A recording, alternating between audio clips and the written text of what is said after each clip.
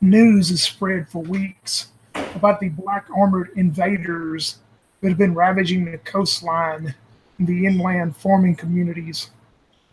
Some say they are raiding, pillaging the villages for resources such as food, water, maybe even meager coins that they find in these fishing and farming villages.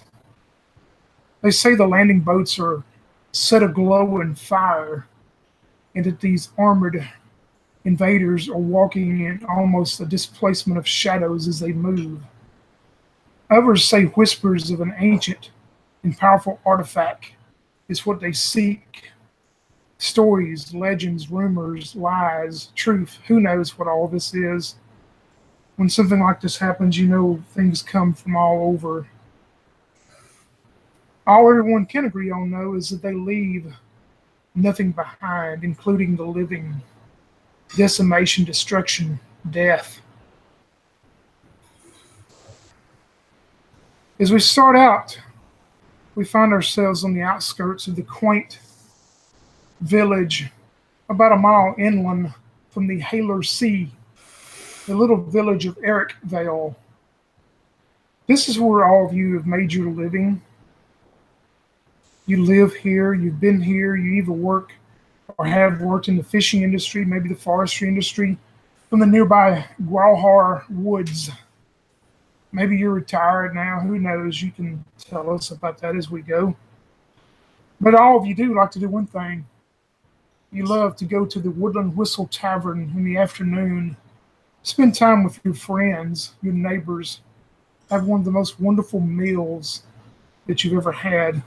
It's a pleasant, peaceful life that has been afforded to you, your friends, your family that are there. It's mid morning on a cloudy and gloomy day as the clouds build up off the sea and build inland. You look up on the hilltop, you see a horse rider approaching from the east. He appears to be disheveled, distressed, almost in his panic as he makes haste into the village of Ericvale. He stops in the middle of the crowd. You hear his words. They're coming. You need to leave. Leave now while you can. They're destroying everything. Everything that is alive. But nothing can stop them.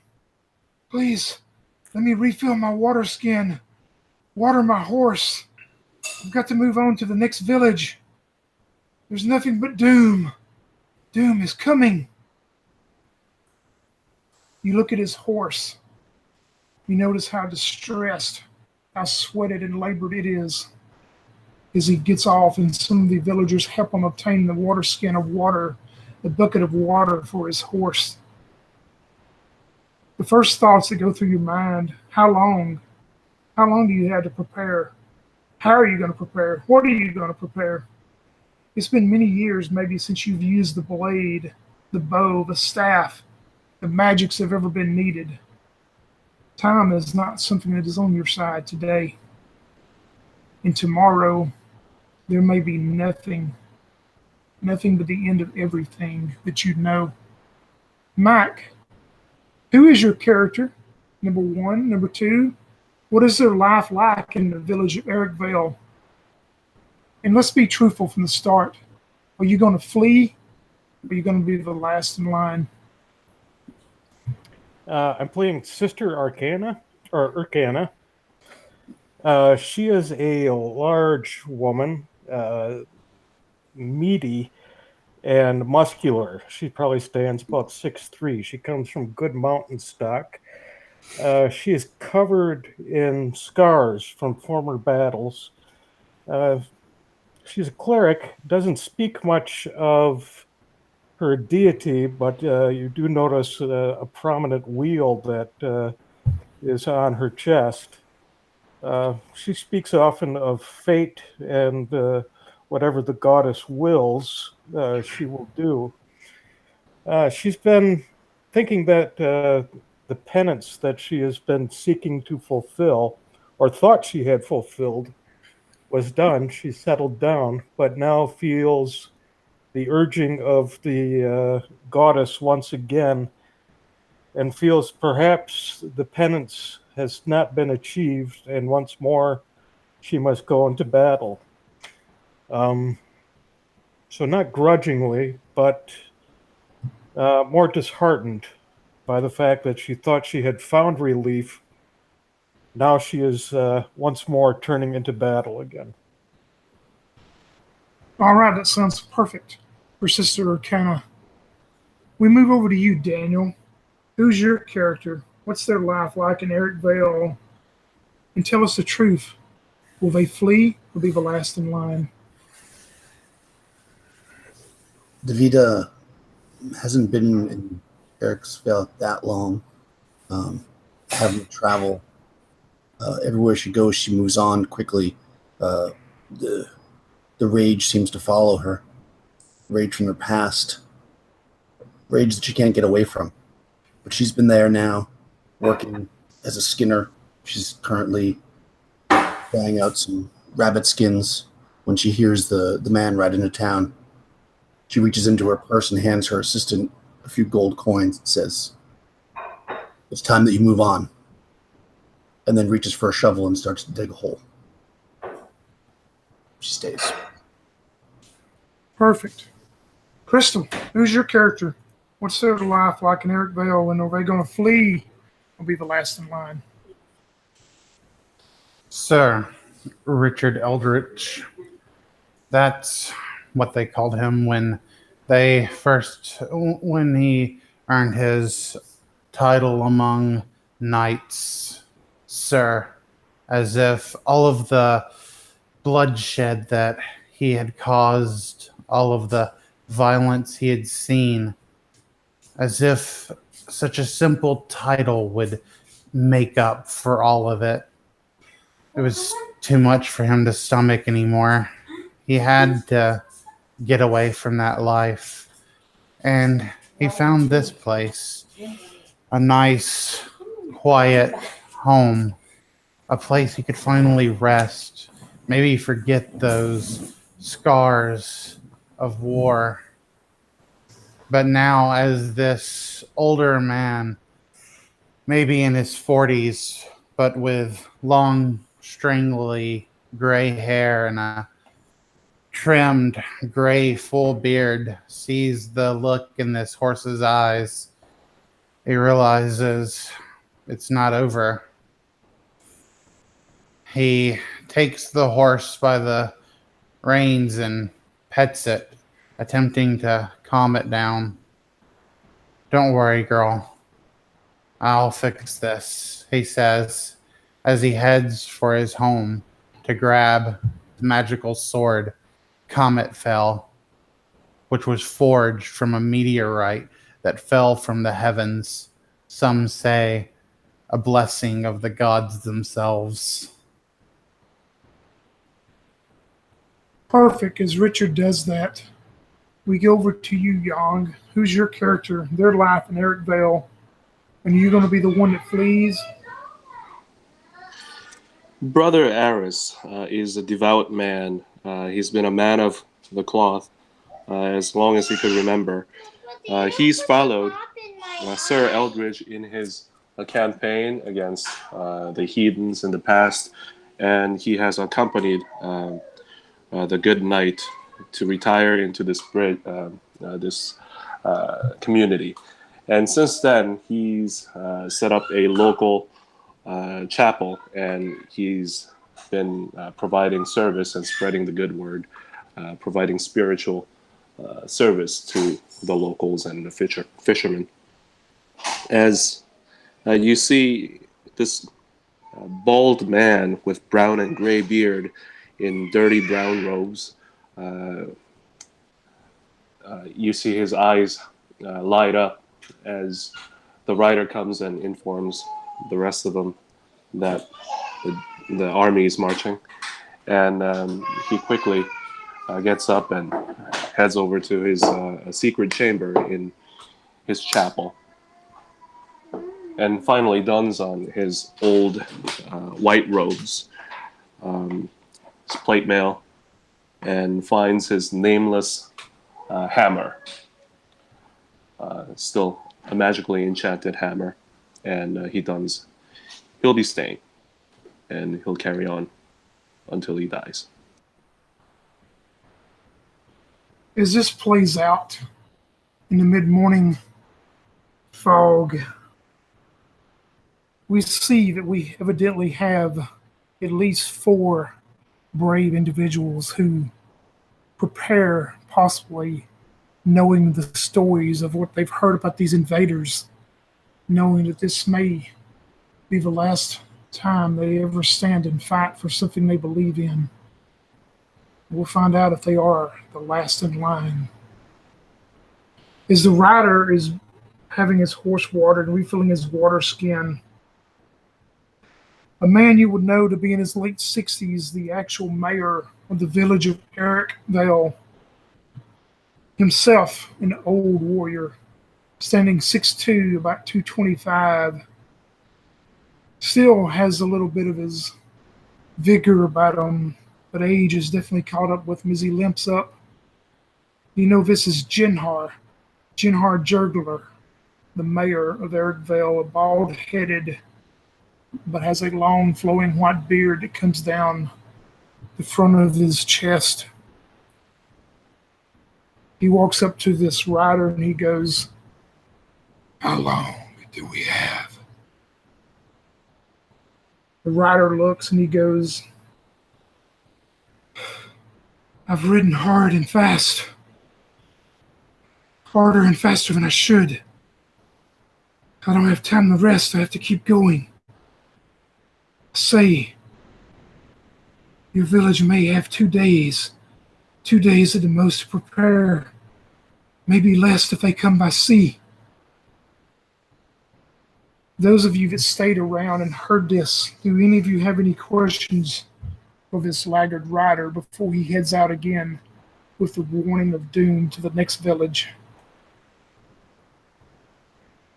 Urkana will offer up her horse as a fresh horse for him.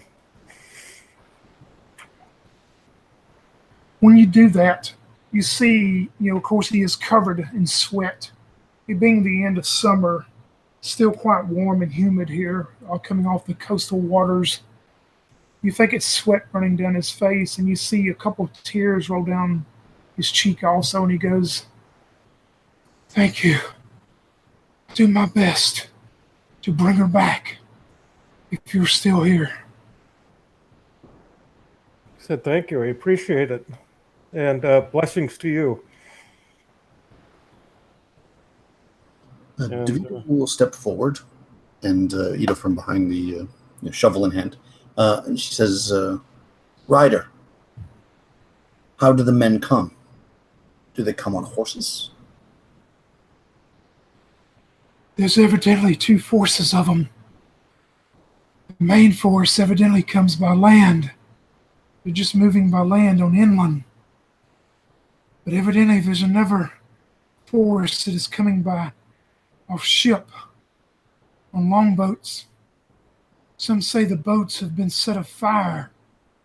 There are nothing but fiery hulls as they hit the shores. And the men are draped in black armor, glowing red."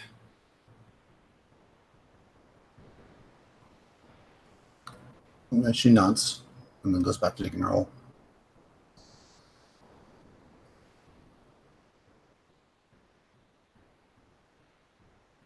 If no one else has anything for the rider, he takes the fresh mount offered by Sister Urkana.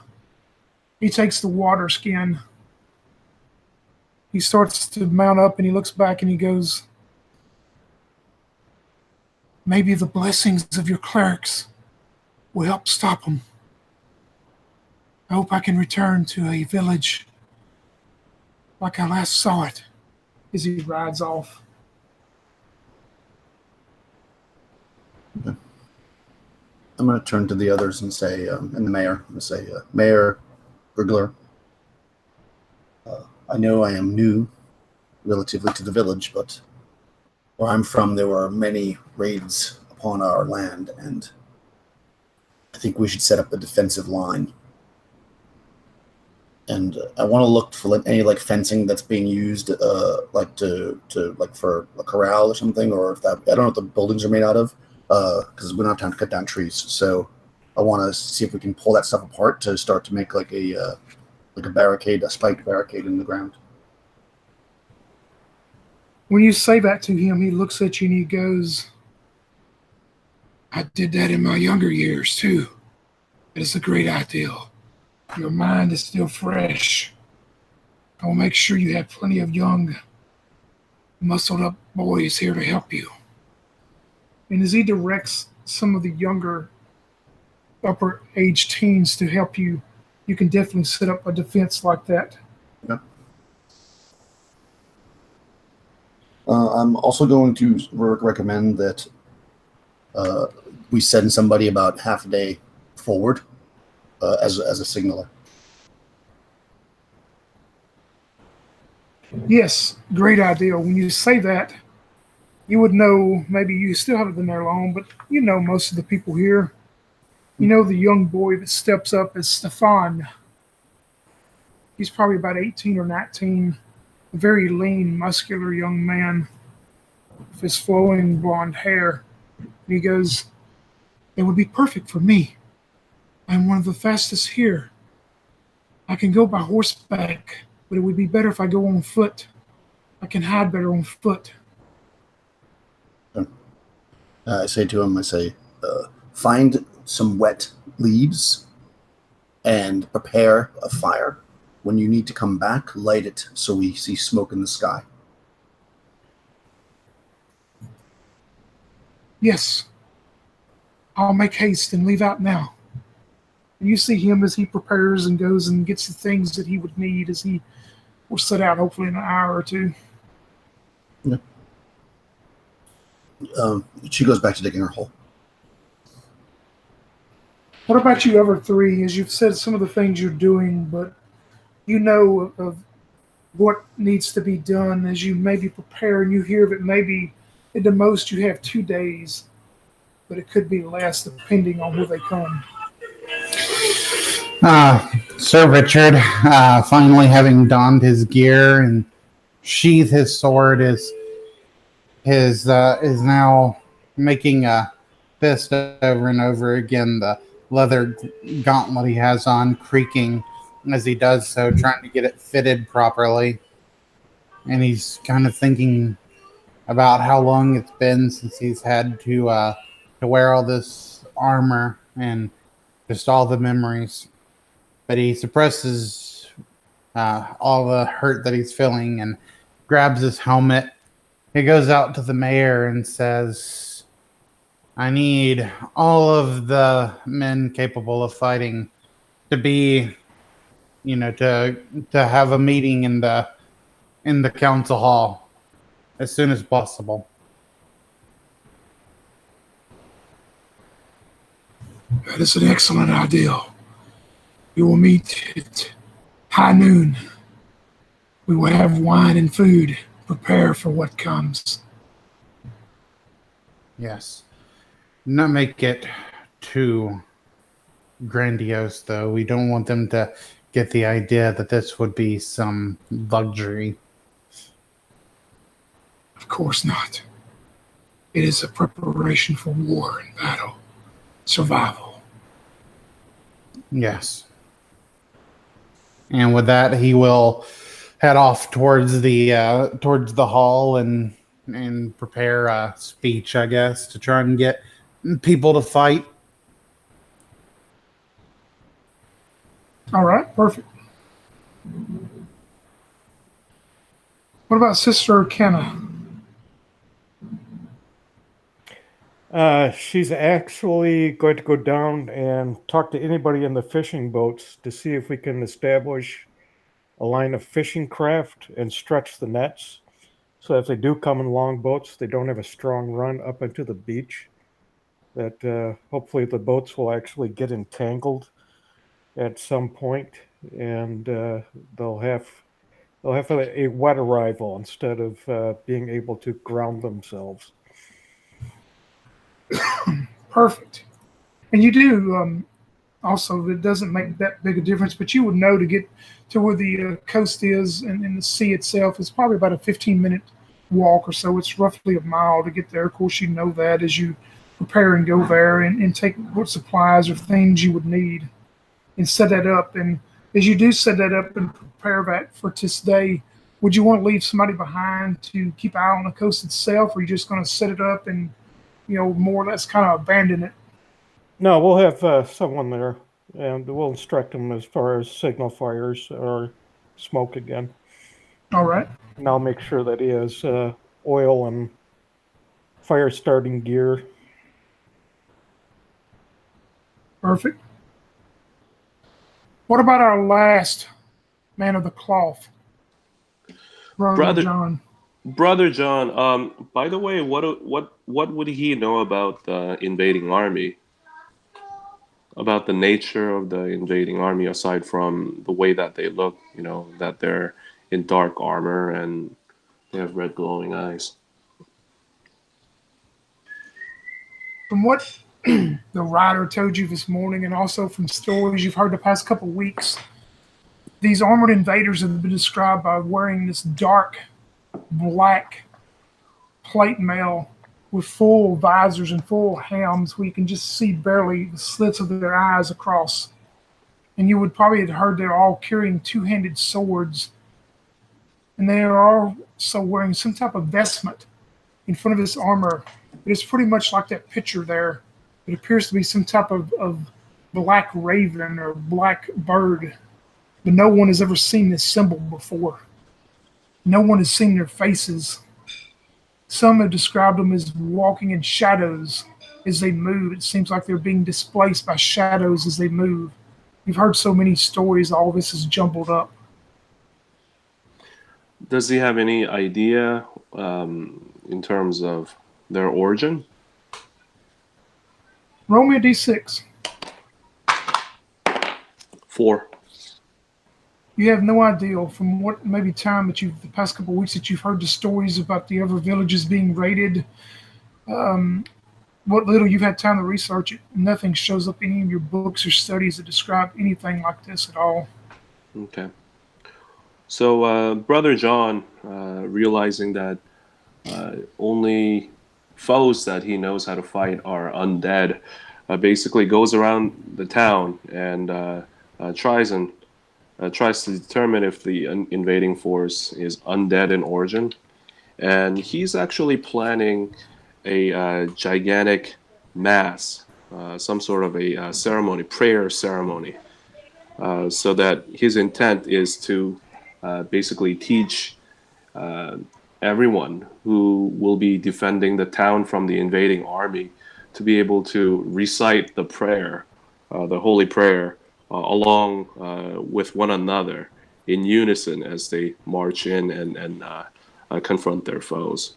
So he's fortifying them spiritually. Perfect. Everyone is doing their assigned task that they've brought on and think it's best to help defend the village and the people of Ericvale.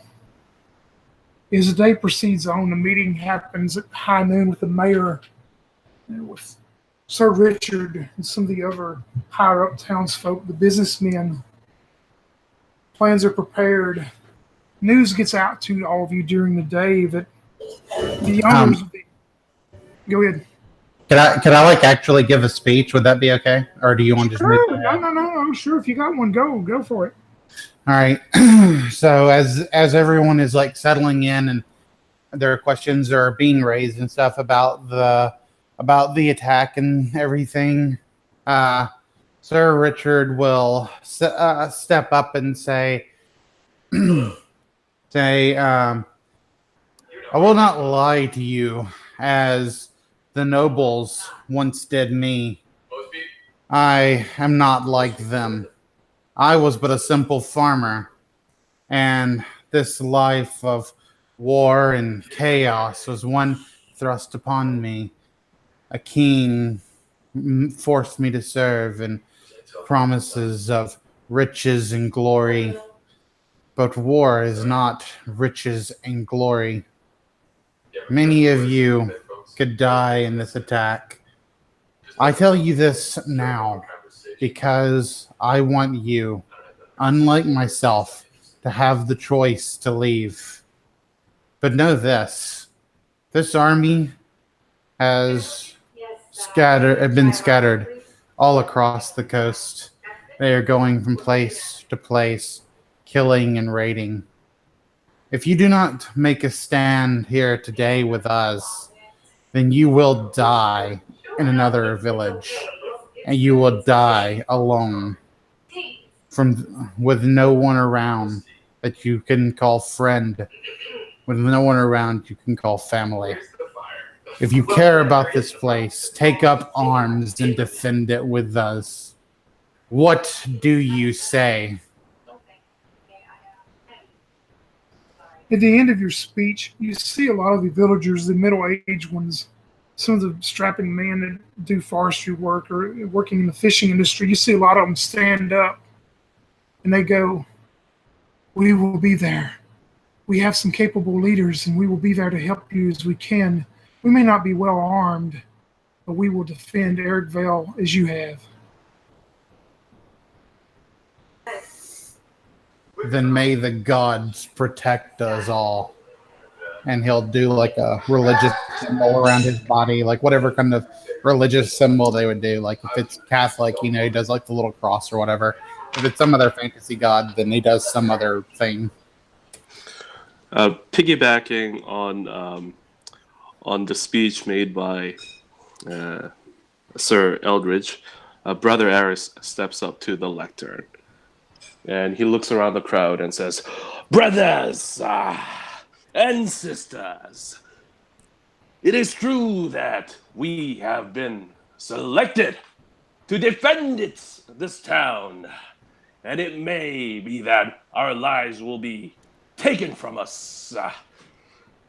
But this quest we're on, my brothers and sisters, is a holy crusade. We ain't going out there to kill nobody.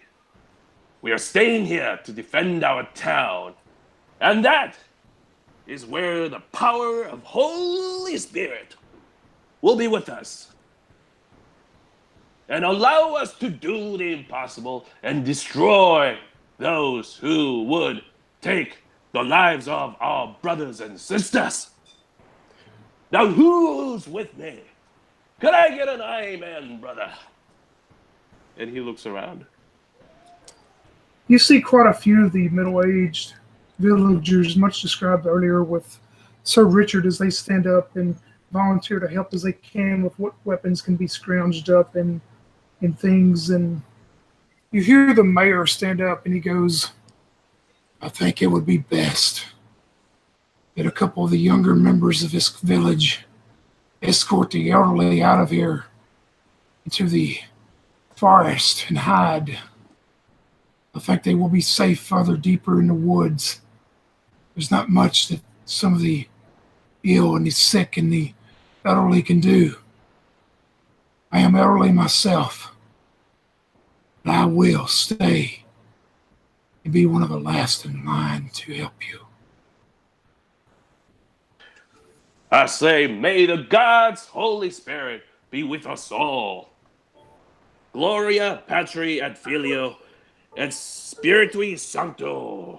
And he waves his hand across the crowd and offers his final prayer.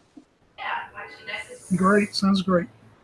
Yeah, and Richard will grab the mayor by the hand, like locking in like a handshake. Like I can't really show what I'm thinking, but I think you know what I'm talking about. They grab each other's hand, and Richard will pat his shoulder and say, basically like, I will appreciate having such a strong shield and sword at my side, and yes, have the sickly and those who cannot defend themselves or those who will not defend themselves go hide in the forest and perhaps they can survive for at least a little while. Perfect. As preparations continue throughout the day, the prayers that have been offered up by the two clerics, Sister Kana, Brother John, has really inspired everyone. Mechanic-wise, each of you can have a luck point to use during the game. So you keep up with it if you want to use it for all the preparations and these speeches. You can re-roll any one die during the game if you think to do it, but keep up with it. See if the luck will help you. Preparations continue throughout the afternoon. Word has gotten back to you that the owners of the Woodland Whistle, the only tavern, the only real place to eat there, the owner himself, a middle-aged man, probably in his 40s, by the name of Greenhall, and his beautiful wife, it appears to be in her 20s, but she would also be in her early 40s, flowing blonde hair. In fact, she looks like, in a way, she could be almost kin to Davida. Her name is Skelsey.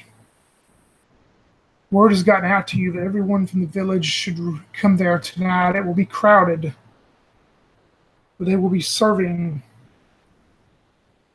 two things that you miss there, but they don't serve much.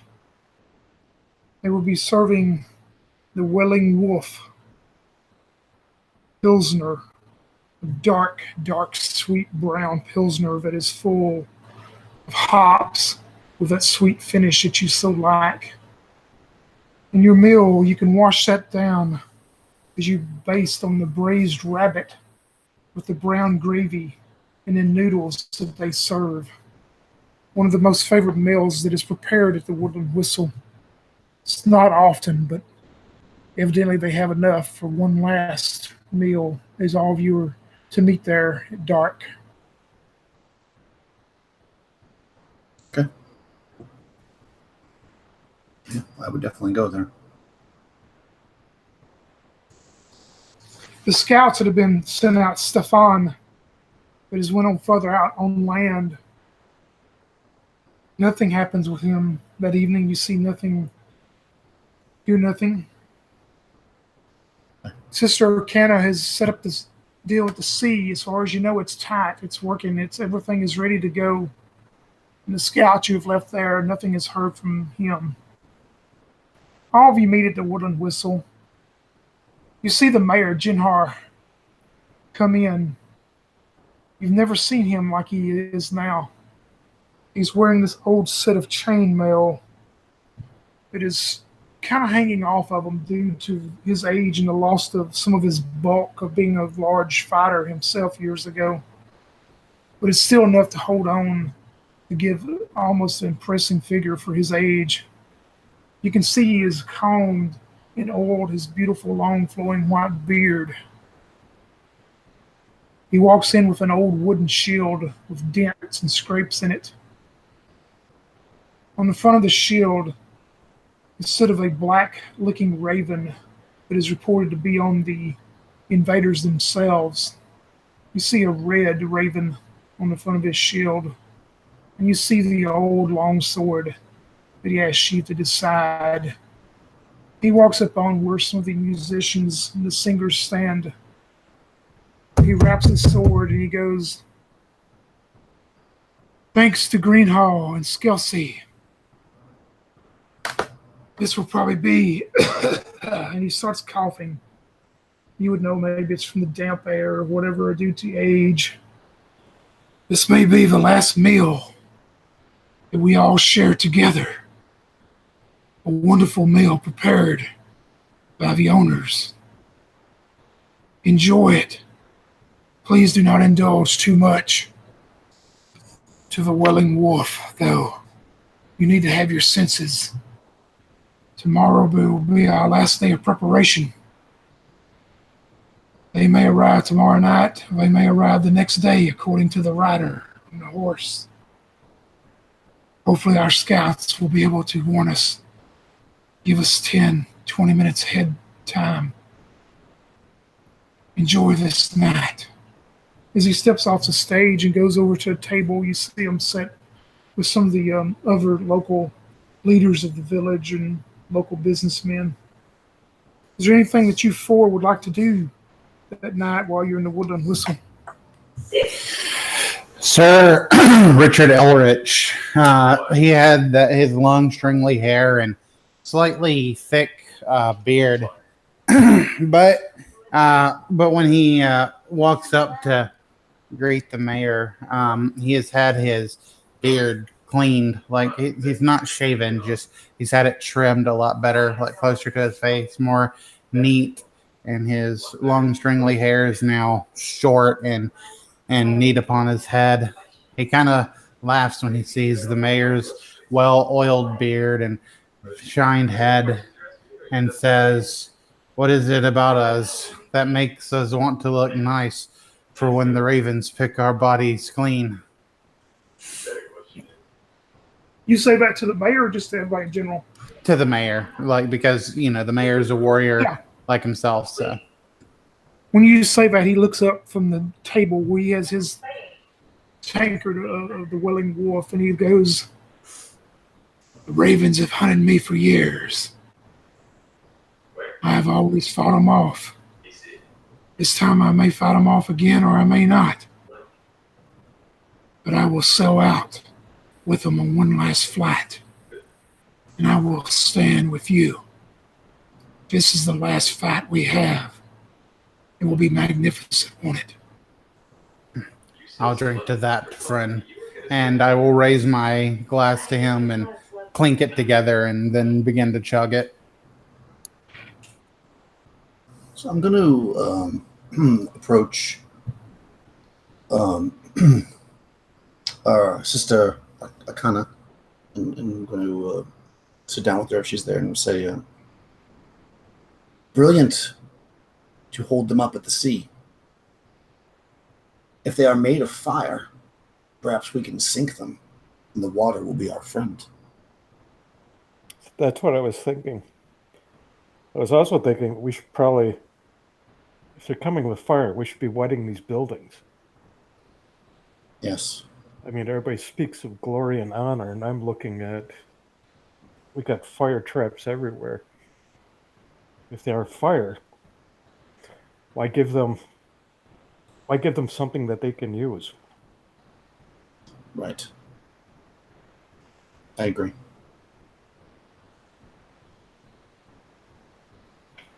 At the very least, we can soak the logs in the barrier. Yeah, So the barrier. We'll need the barrier, one way or the other. If they come by land or by sea, we'll need the barrier. He goes, "So what do you think of all this?" I think it is wise for people to enjoy life while they have it. True. She'll take her ale, and she'll say, "I think one thing you've noticed that everybody else is all dressed up in armor and everything. She has not got anything. She's no different than she was before. She's not dressed in armor and doesn't have any weapons or anything." She says, All right. "I think I shall see how deep the sea is in the morning."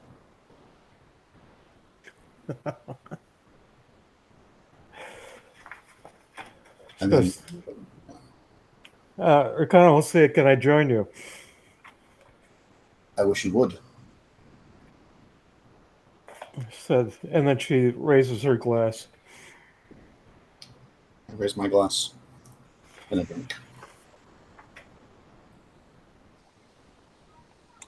Brother John approaches the mayor, and he gestures to the red raven on his tabard, and says, "Mayor, I see that you wear a red raven on your tabard. We've heard that the invading army has a standard of black raven. Does it have any relevance to the raven that you wear?" I guess we shall find out. The Red Raven I bear was one of the greatest houses of raiders many years ago. But the stories of this black bird raven-like on these invaders. Nothing was ever been seen like that before that I know of. I've researched and studied it myself the past couple weeks, like I'm sure you have. If they are the blackbird of death, and they bring fire to us, I will go down in the flames, and the red raven will fly into the sky one last time. I understand, Mayor, but it seems like no one has any good idea where the invading army is from. I ain't never heard anything like this before. And I was wondering if you have something that may shed more light on the origin of this army that's trying to kill us all. I sent a note to the castle of the Baron a week ago telling him that stories are coming our way, that this invading army is probably headed our way eventually. But it looks like it will be here sooner than we can get help from him. I also inquired into facts, information, knowledge of where this army is from, who they serve. I've not received a reply. And it looks like they will be here before we do receive a reply. Sounds like some work of a devil, I'd say. 'Cause it ain't possible for an army to pop out of nowhere in just a matter of a few weeks or months or so. If someone be building an army, then we would have heard where they're from. Yes, I agree with you on that for sure. Hopefully the prayers and beliefs that you and the sister have will help us. I've been thinking, I know the spell called continual light, it helps us light up the place. I was wondering if daylight like that may help. We could, we of the clergy could go around and try to cast that spell around the town to make it very bright like a daylight, so that if the invader be coming here during the nighttime, they may be repulsed by it. What do you think, Mayor? I think any ideal that has been put into your head has probably come from your God. I think it's something you should do and follow up on. It very well could be something to help repel them. Well, thanks for talking to me. And I think I'm going to go out there and do what I feel I must do. So he goes out there and tries to get in touch with Sister Arcana.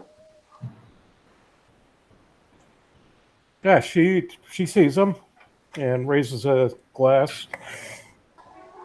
Hey, howdy, Sister Arcana. How you been doing? You holding up? You holding up all right? Said, "Hey, tomorrow's a new day." Well, I ain't finding no information about what's really happening. Aside from that, we're facing an army of doom. Have you heard anything more? I've heard nothing. I think our defenses are well prepared at this point. We can do more, but I think some strong points have been reinforced. I heard that you've been working on the seaside. Yes, we're trying to put up a sea barrier to prevent them, at least make their landing a wet one instead of. It's harder for people in armor to wade through water than it is to just walk onto a beach. I heard something about them using fire. Well, that's my thought. Well, what do you know about that? That's just what I've heard. I think you've heard as much as I have from the rider. Like Yeah, whatever rumors is there. And the shadows. These shadows have me concerned also.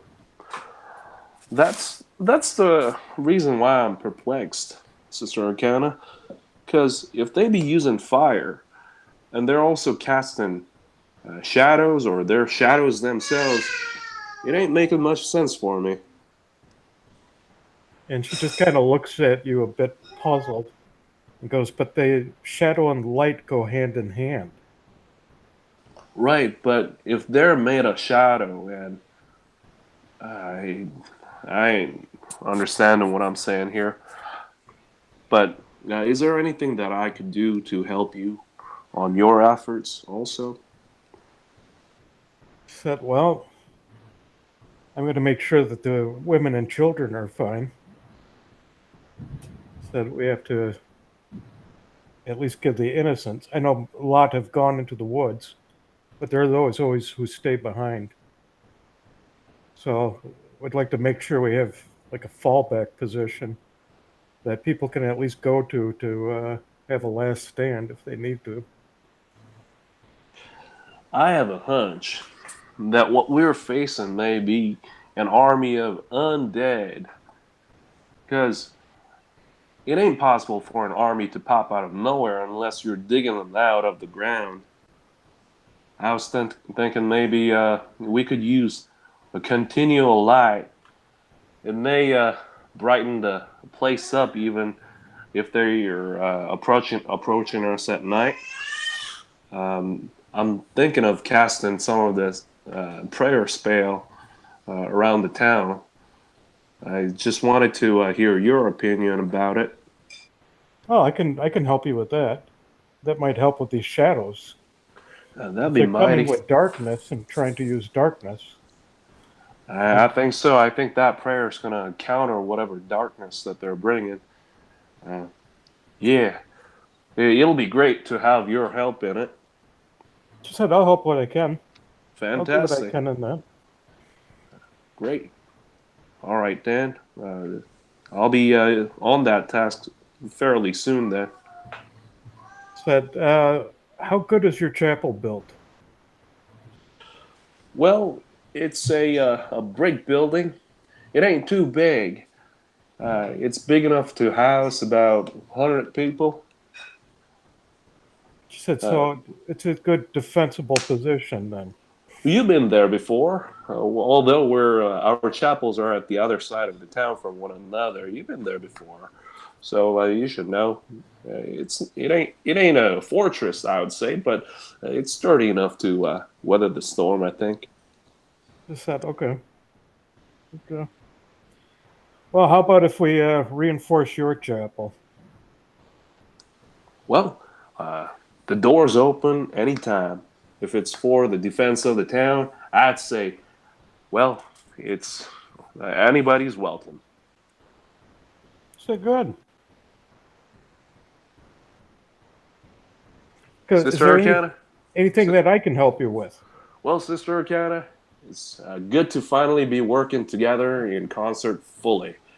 I know that you and I have a little bit of differences in our faith, in our gods, for they're a little bit different, and our edicts are a little bit different, but for the defense of town, it's good to work together. She said, oh, I agree wholeheartedly. She said, I'm glad you're coming around. I say so. Said, anything that I can do for you. So essentially, John's gonna go around the town. He's gonna look for. He's gonna try to create a perimeter of buildings so that continual light is cast around the town. He's gonna try to get as many priests as possible to basically circle the town with this light. If there's not enough, priests to cast that spell, then he's gonna do that around his own chapel as a stronghold, and he'll probably cast it atop of his chapel where the holy symbol is located. You were able to find a couple of acolytes, probably from your chapel and also from Sister Canna, that will help. And you also find yourself that it seems like from prior use of that spell, It seems like this one's a little bit more powerful and lasts longer as you're able to actually go to more places than one and set up some light to project out and make a perimeter. Being such an excellent ideal, you were able to do so. Cool. As you set up that perimeter for the first night, anything else anyone would want to do that evening to set up besides the defenses have already been prepared, or would y'all want to just jump over to day two? Well, I may want to do this in the morning, but I'll at least ask for now, like, as far as like weapons the men were able to scrounge up, like, how many of them had, say, like hunting bows?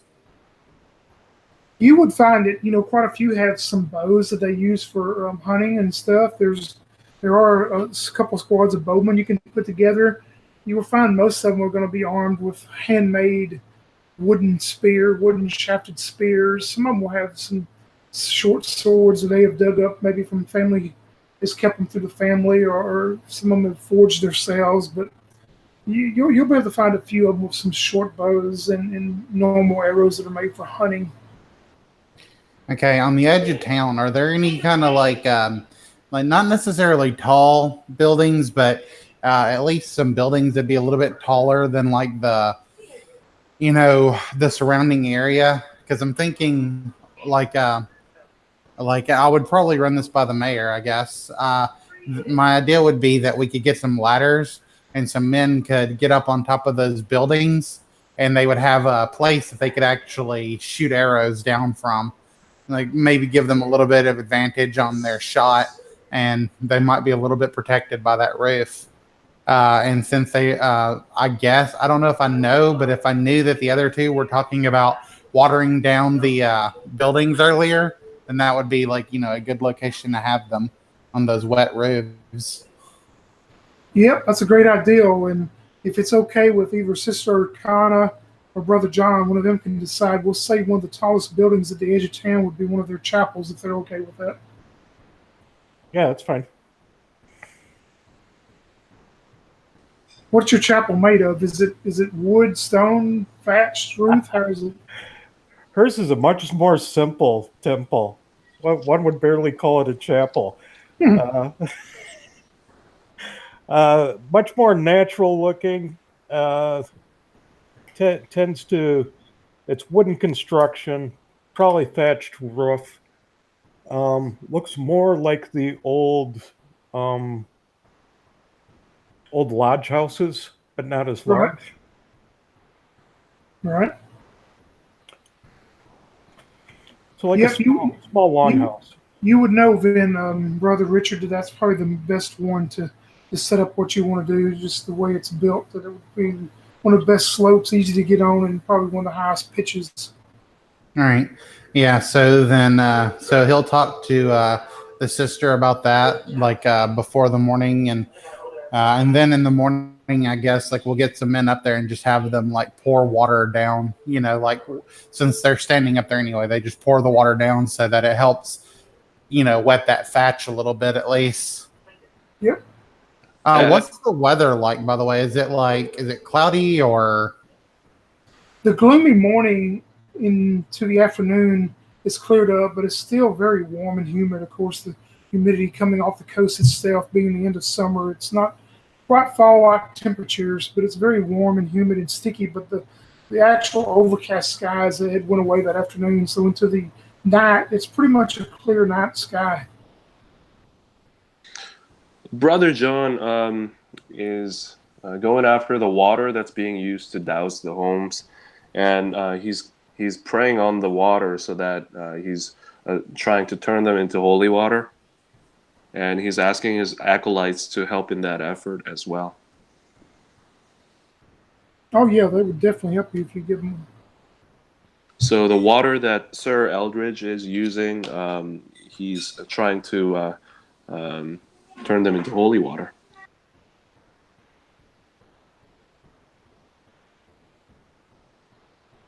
Do I have to roll? You can make. Let me see here. You're able to make about 11 vials of holy water during the night. Yep, and he would also relay that information to Sister Arcana to count on her help to create more and use that water to douse some of the buildings to make them wet, or although it'll be greatly diluted when they pour it on the ground and around the buildings, he still does that. All Yeah. right. Sister Arcana has probably sent probably at least half of her acolytes into the woods. She's much more concerned about the protection of those people. And so, although she has acolytes staying to help, she wants to make sure that the rest of the community.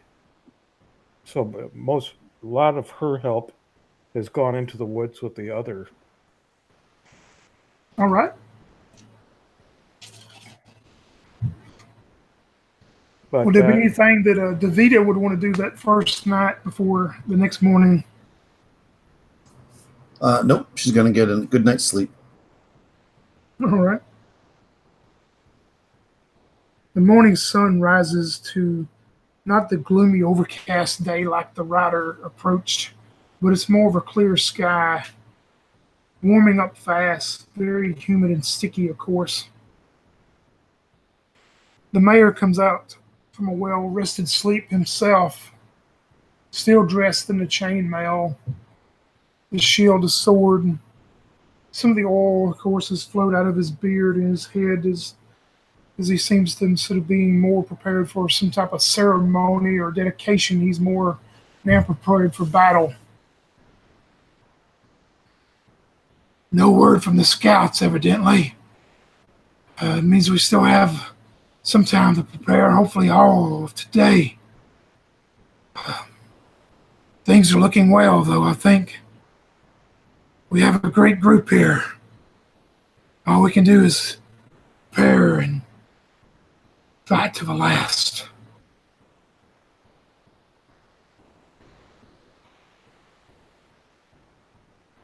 So Davida is going to seek out Sister Arcana to head to the water. She wants to see how deep the water is. Yeah, as you and Sister Arcana go to the area where the was going to be set up, I mean, it actually goes into a small, rocky, sandy beach area that goes out into the greater part of the Haler Sea, what is known as the Haler Sea. So you would know it's very deep out in the sea, of course, itself. But, closer to the shoreline, it's just, your standard starting out 1 foot, 2 foot, 3 foot on out. Mm-hmm. So it doesn't like drop off suddenly or anything. It's kind of a gradual. Yeah, it's more of a gradual build up. Okay.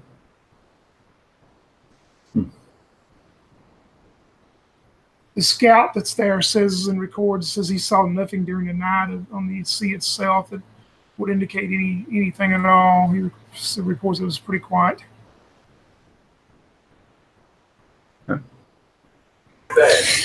Do we have any idea what like gunpowder is, or do we have any access to like black powder or anything like that?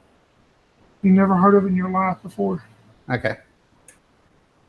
it's a wonderful idea. Well, my idea was like to put it in barrels and then like put them out in the sea, and then like they would hit the barrels and boom, that was sort of my idea. Yeah. You did read a story one time in a book. It was called Eric Vale Fairy Tales, about something like that. Yeah. Arcana will be on the beach. She's going to strip down, and she's going to go and she's going to start a purification ritual for herself. Okay. Into the sea, okay. So where they have the net set up, how deep is the water there? Like how far did they have to do it in order to be able to? Is it over my head? I'm about 5'6". Yeah, I would think it. To get to that where they're disguised or set up enough to be maybe somewhat camouflaged. I would think it'd definitely be over the top of your head. Okay. Yeah, that's what I'm hoping for. Okay. So what I'm thinking is get some rocks, because it's a rocky beach, right? We drag some large rocks out there, we roll them out with some rope and a grappling hooks, and we'll come up out of the water and try to tip their boats over. Said that's good if we see them coming. Well, if they're on fire, I would imagine. Yeah. I mean, Well, you know stories, though. yeah, that's true. Stories grow over distance and time. Indeed. She said, "Yeah, we can." Yeah. The question is, do they hit from the land first? That And is, then come in. if we don't know, I guess we'll have to play it by ear. Right. So there's some boats out there where the nets are, right? So I just want to put some like lengths of rope with grapple hooks on them. Right. I'm just gonna put them in the boats. So if it comes down to it, what I want to do is create some kind of leverage so that I can try to from the water tip over another boat. I got you. Yeah. So like. Yep, you can spend the morning on day 2 of doing that. Sure. Yeah, I mean, I do that. And I guess the one thing I did do at night, but I guess nobody would know until it happens. But the hole that I was digging, I pulled out a large chest and brought it into my dwelling, and in the chest was armor and a weapon, or a couple weapons actually. All right. I'm still in my regular clothes. I'm not going to put on armor to do these things. Doesn't seem like it makes sense to do that. So yeah, that's what I'm working on. Okay. So how many days away are we at this point? This is the day after the rider come in, so you would think, from what he said, and maybe from the stories you've heard the past couple of weeks, that he said you may have 2 days, maybe not, depending how they come in. Hopefully, if they come by land first, that you would have another full day. But if they come by sea, they may be here in hours. You just don't know. Okay. Could I still do something more? Oh yeah, you've got it's early morning, 9 a.m. or so, probably 10 a.m. Okay. as this is going on. So you've got all today. You would hope before something happens. Hopefully. He goes to the shore, and does he find any seagulls? Yep, there's some flying around. Okay. He casts Speak with Animals. All right. And says, "Hey, you there, little birdie." You see one of them that is on the beach area there to look up towards you and goes, "Quack," which you would know means what. He hails one down and says, "Well, just wanted to see while you're flying around if you saw a bunch of ships coming this way."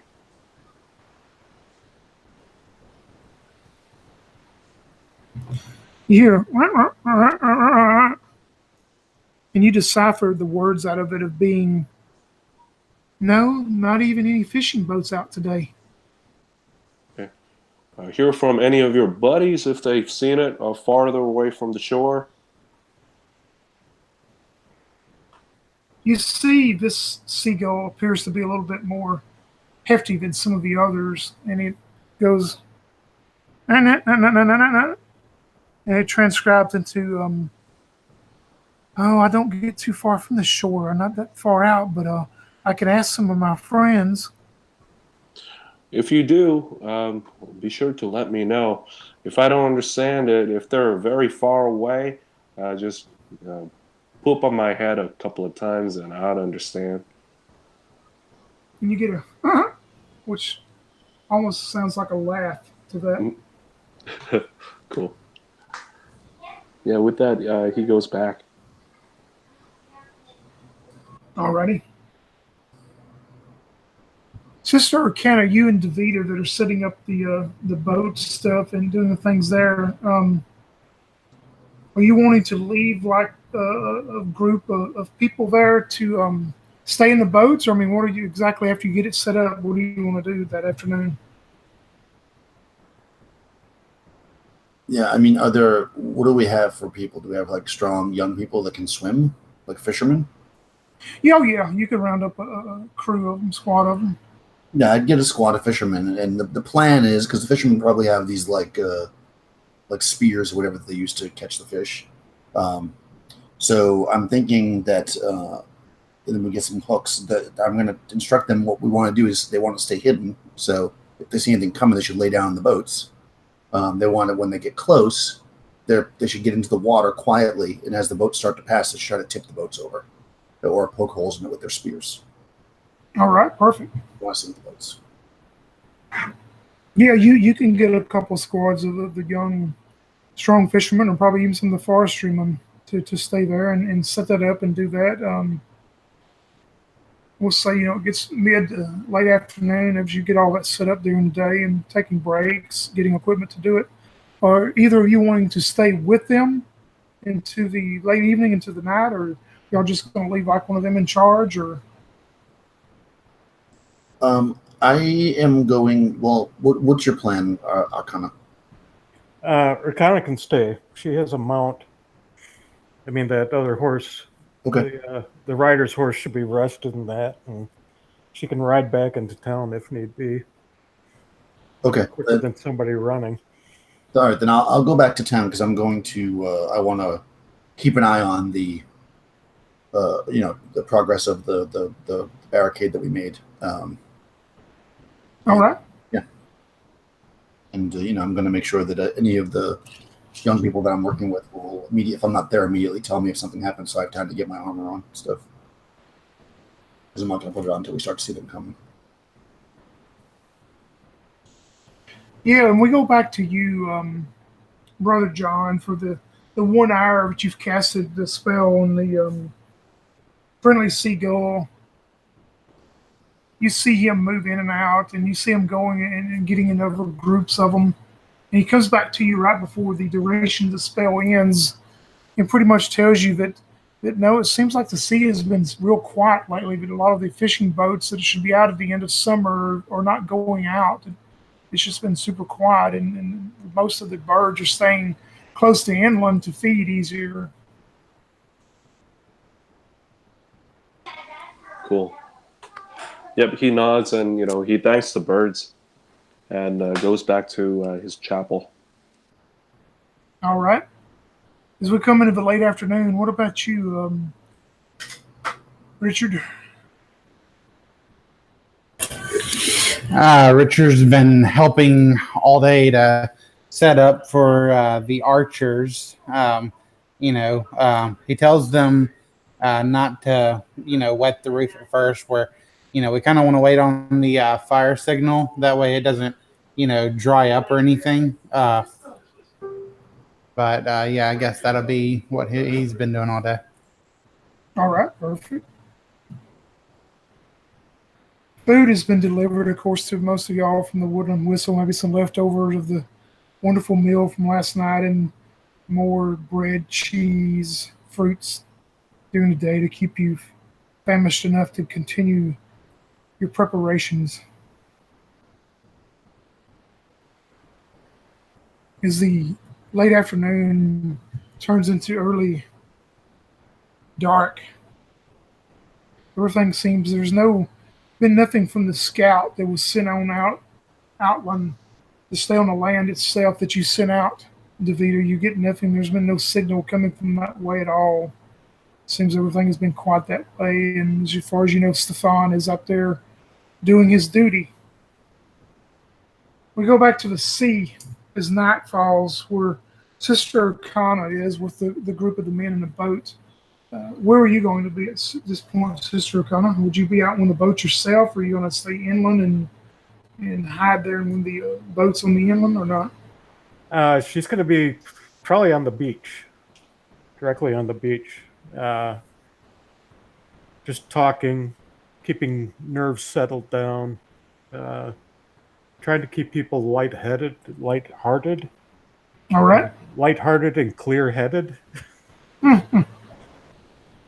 As trying not to create so that any anxiety that's there might be dissipated, and that any fear that is being generated is kind of leavened with lightness. Exactly. That sounds good. As you've made all your preparations the best you can with the help of all these young men and also with the help of the Vita, seems to be very well thought out warrior herself with some of the things she's come up with. The night falls and this fog starts rolling in off of the sea, which appears to be very natural fog coming in, as you've probably seen several times coming off the sea. Maybe 15, 20 minutes goes by. The fog seems to get thicker and just more where you cannot see it. So you're having a hard time staying at the shoreline and seeing where the nets and some of these smaller boats are set up out there with the men. It's pretty much still a clear sky. I mean, with some light from the moon itself coming down. You're sitting there and you're watching and waiting and watching. She's going to mount up at this point, hoping that the back of a horse can give her a little better elevation see if she can see into the fog. And she'll kind of trot up and down the beach to see if this is actually part of a bank or if it's unnatural. Yeah, it seems like most of it seems to be natural from what you can tell, but it seems like it's really thickening a lot. I mean, the fog is just getting thicker and thicker, and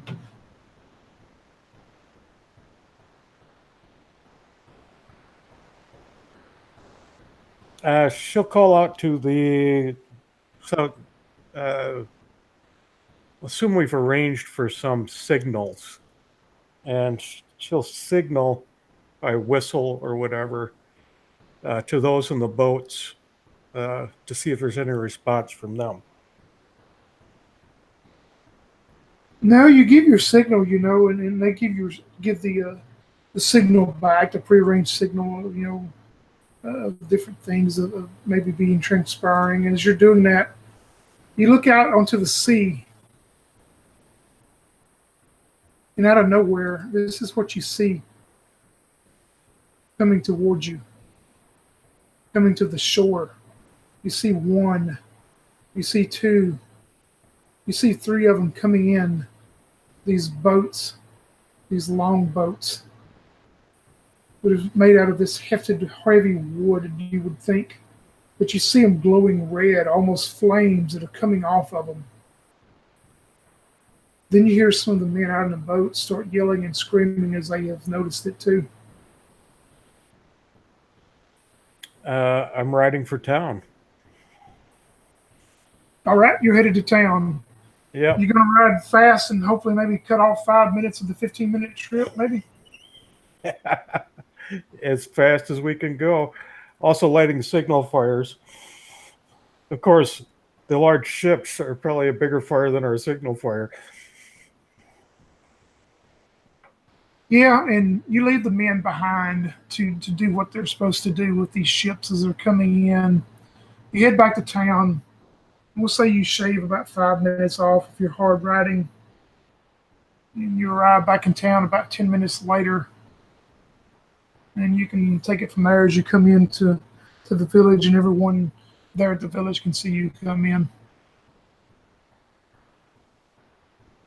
I kind of will start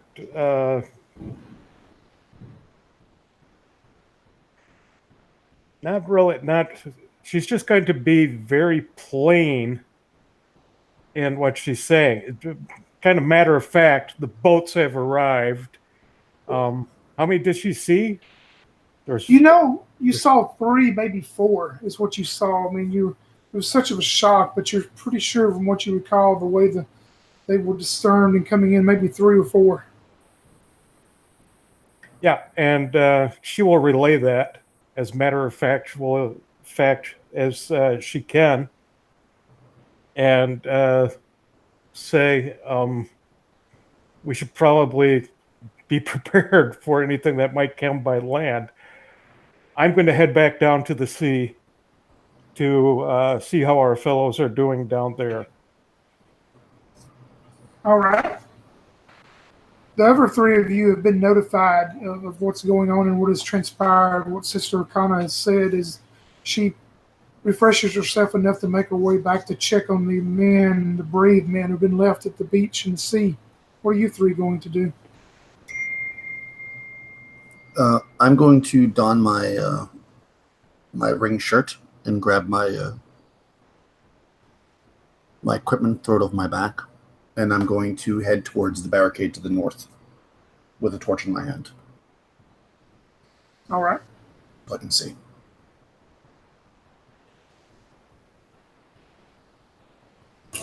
Is the village like so that I can get a like? Can we still like fire from the roof onto the beach? No, the beach, the sea and beach is a good mile away. It's it's 15 minutes. It's a good mile away from your inland. Okay. But when they're coming to the village, we'll be able to fire on them from the top of the Yeah, church. it's an open, pretty much an open grasslands, except a small hill that where the rider was when there's a small hill, but it's pretty much open grasslands. Okay. All right. And it's an open grassland, so we can actually see out pretty far, right? Oh yeah, you can see out to the hilltop. I mean, on the other side of the hill, you wouldn't be able to see until somebody approached the top. But yeah, you can see out quite a ways. All right. So Richard will say, "Hold your bows steady, men, and do not pour the water until I say so." And then he will don his helmet, and and with his helmet on, he's gonna look out. And when he sees these soldiers approaching, when they're about say 200 feet away or so that they can't fire arrows from that distance, that's when Richard will give the signal to pour all the water. All right, you set up your preparations there too. What about Brother John, as he's in the village and has been notified of what's going on? He runs back to his chapel and rings the bell so that the town is alerted that the attack is coming. And he returns next to Sir Eldridge and speaks to him. Says, "Sir Eldridge, it's been a while since we fought together, side by side. How you feeling about this?"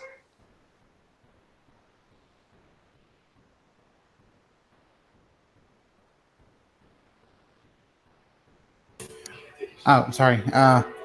Eldritch will say, yes, it has been a while since I fought, but at least this time I fight of my own accord and not for the entertainment of some upper nobles who do not care for their men. Sir Eldridge, do you want me to cast the continual light on your blade so when you unsheath it, it would glow like the glorious light of your fury? He will say, "I would be honored," and he will pull his blade out, and the blade itself is almost this like milky white color that has like these kind of like runish looking engravings upon them, and there's almost this like really light faint glow on those runes, but like it's so slight you almost think it could be our imagination. So running his hands along the tang of the blade, he says, "Kyrie eleison," and "Domine eleison, Kyrie eleison," and he prays upon it and says, "May the continual light guide this blade, that the evil may be smitten down." And he ends his prayer and says, "If you ever need healing, I'm right behind you." I thank you, and my brother. May the gods be on our side. And he will take his sword, which now glows brightly, and sheath it, and the light cuts off as he completes the click into his sheath.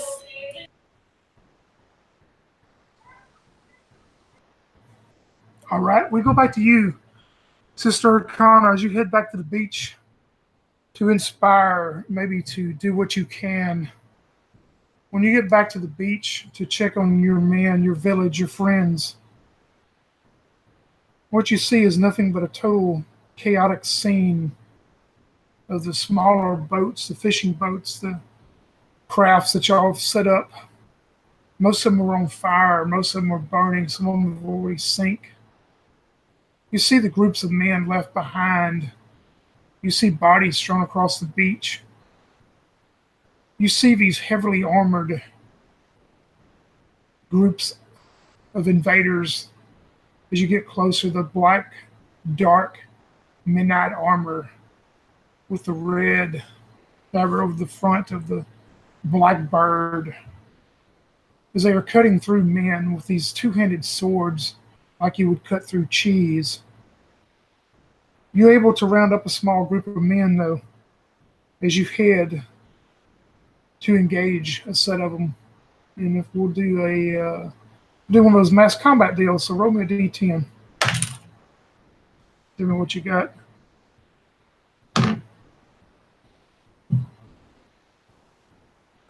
Six. You are able to rally this group of men and engage these figures, and it seems like the stories you've been told about their displacement of shadows and their superhuman strength, maybe, or whatever it is, it seems like you're able to go through them pretty well as you're chopping into them and taking some of them out. So let's roll again. You'll say it at D10 as I go down to a D8. 3. They start fighting back now, slicing through some of the men that you have grouped together as they rolled a 7. So now we are both down to D8.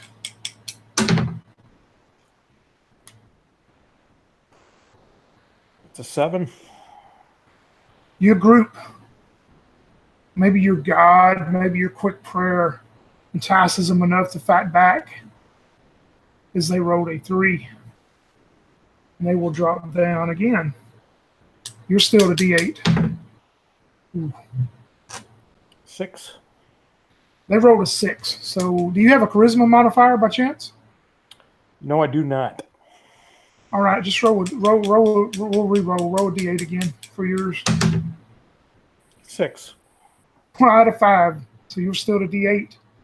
You're able to go down into them again, and whatever these young men are doing, I mean, you're leading them great. So you're still at a D8. I'm down to a D4. 4. They had a 2 as you decimate through enough group of them, as you seem to take quite a bit of them out as they fall to the ground and just lay there. They're not moving. Nothing appears to be coming out of the shell of the armor. Nothing appears to be. You see some of the other groups engaging some on down the beach line itself. So you feel pretty confident things are going great for you at this point. Are these actually men then, or is it as they collapse?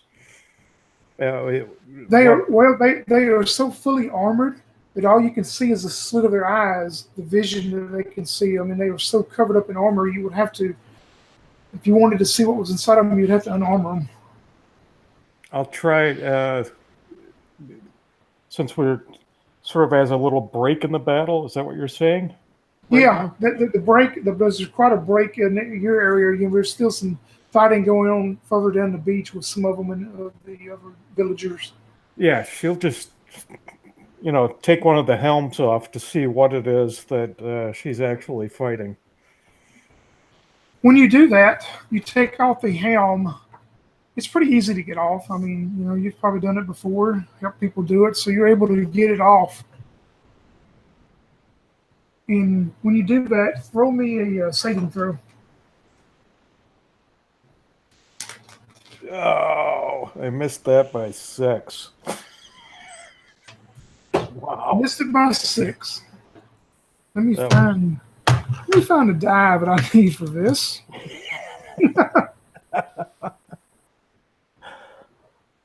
That was bad. Tell me the face that you're looking at of this person that you know from one of the villages down the coastline. You know this person. Who is it? Oh, this is probably Emerson.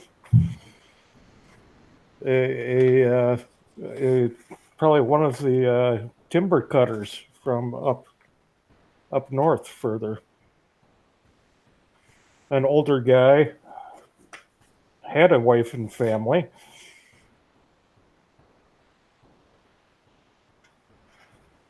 Yeah, and he's a great person, ain't he? What in the world would he be doing in this? Failing your saving throw and seeing Emerson and knowing what kind of person he is, this sets you off into being paranoid now. You can role play that out as you want to for the next little bit as you're going through a bout of paranoia now.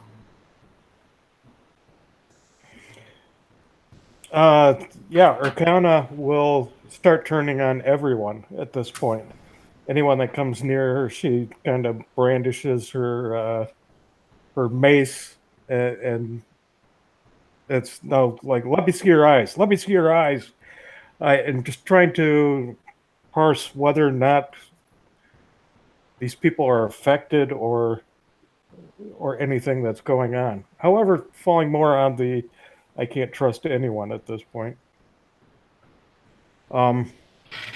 She'll continue to back up the beach so that she's actually further away from the people than. All right. You also, but just the moment of seeing Emerson and what you saw before you go into this bout of paranoia and it affected you this way. From what it appeared, it was definitely him. I mean, you've seen the flesh, you've seen the body, you've seen the face, the eyes, the hair, everything. There's no doubt in your mind that this is Emerson.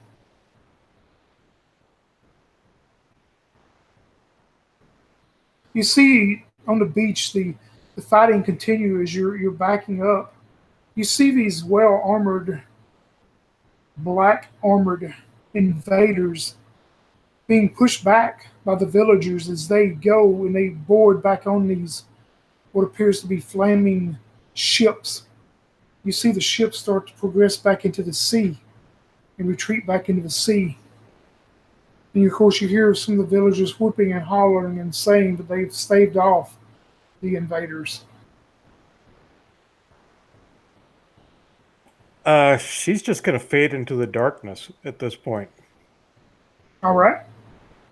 Since she feels like she can't trust anyone. She does know the one person she can trust is herself. And she's just going to put a little more distance between herself and everyone else. Yeah, and nobody's really paying attention to you. I mean, everybody's so happy and joyful now that they think they've repelled these invaders with the what y'all set up and what y'all did.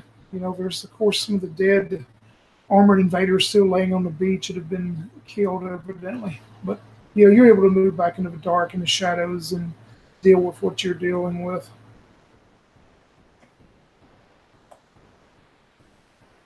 How long do you think you would stay like that?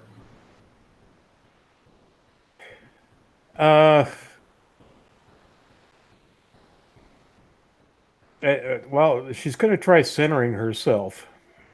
I mean, she knows her fallback. Her fallback is to go in, try to encounter the goddess in this, and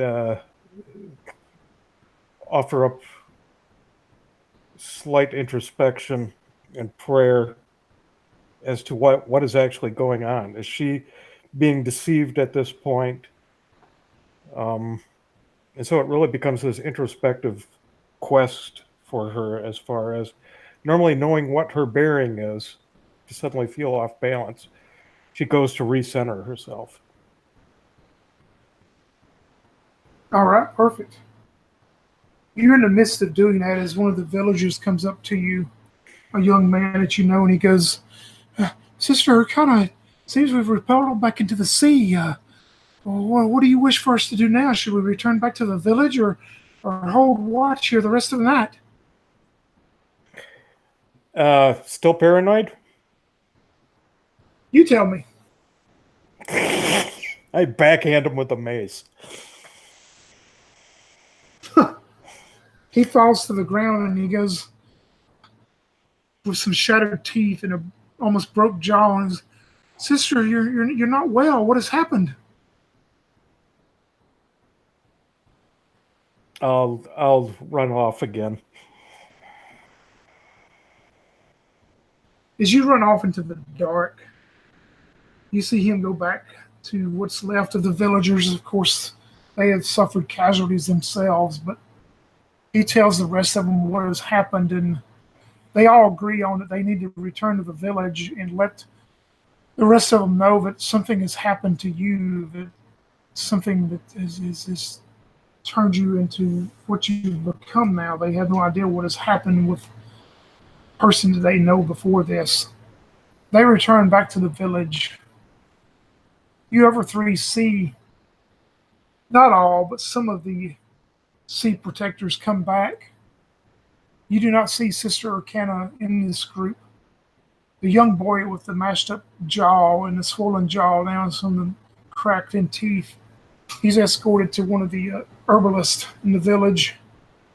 One of the other men comes to you and he's going to walk up to you, Richard, and he's going to go, We repelled the invaders back in the sea. We killed some of them and they fled on their boats, but and he points to where the young man with the jaw and the teeth are walking off.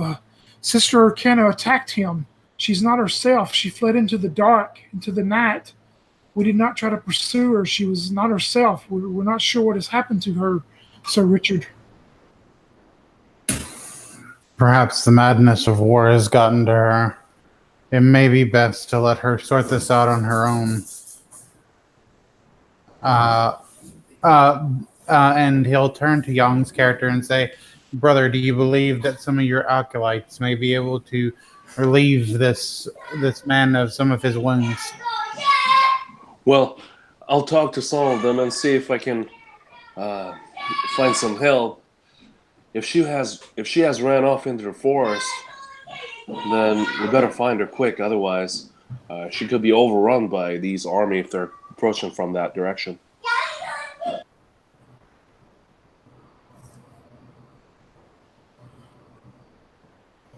And he turns to the guy that just came and gave the report and says, well, can you spare some of your men? If you could go and bring Sister Arcana back here, then maybe we could tend to her. Am I near there? Yeah, I would think by this point, probably y'all have grouped up, yeah. All right, because I'm going to interrupt them. Sorry, that's why I interrupted you. I'm gonna step up and say, who is guarding the sea, man? Forget about the priest. The sea is open to invasion.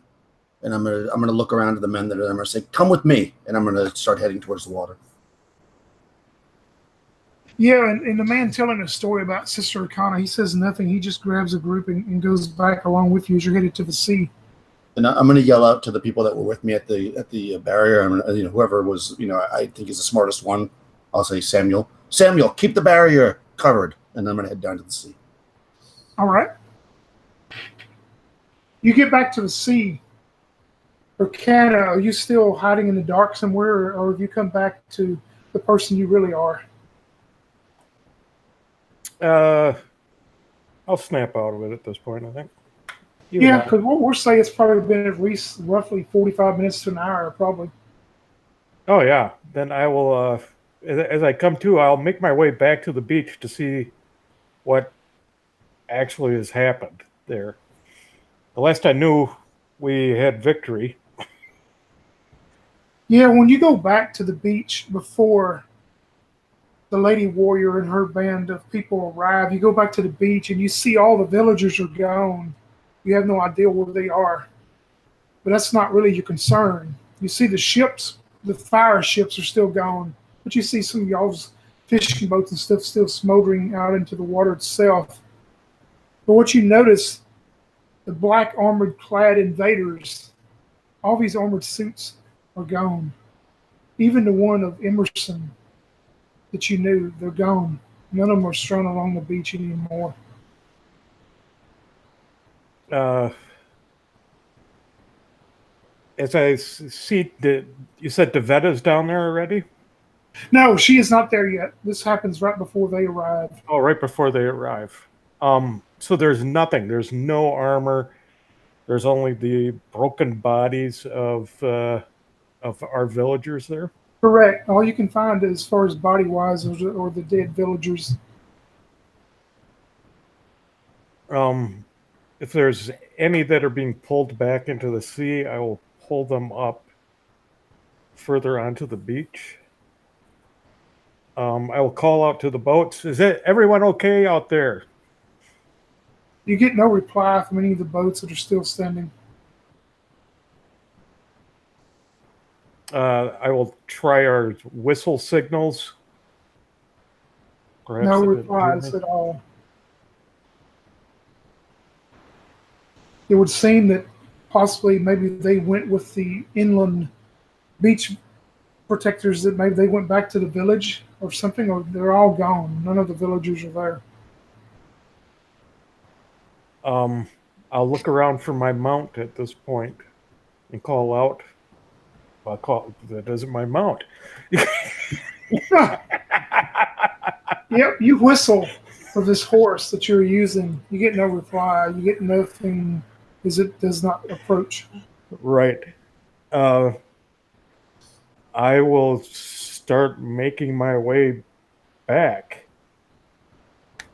Yeah, and at this point, as you start maybe thinking, hopefully everyone has returned to the village, over the little rise coming onto the beach, you would meet with Davida and her group, and you see it's mostly the beach protectors that are coming back with her as y'all two meet. I said, Davida, do you know what has happened? Apparently a battle and a mad nun. and leaving their posts.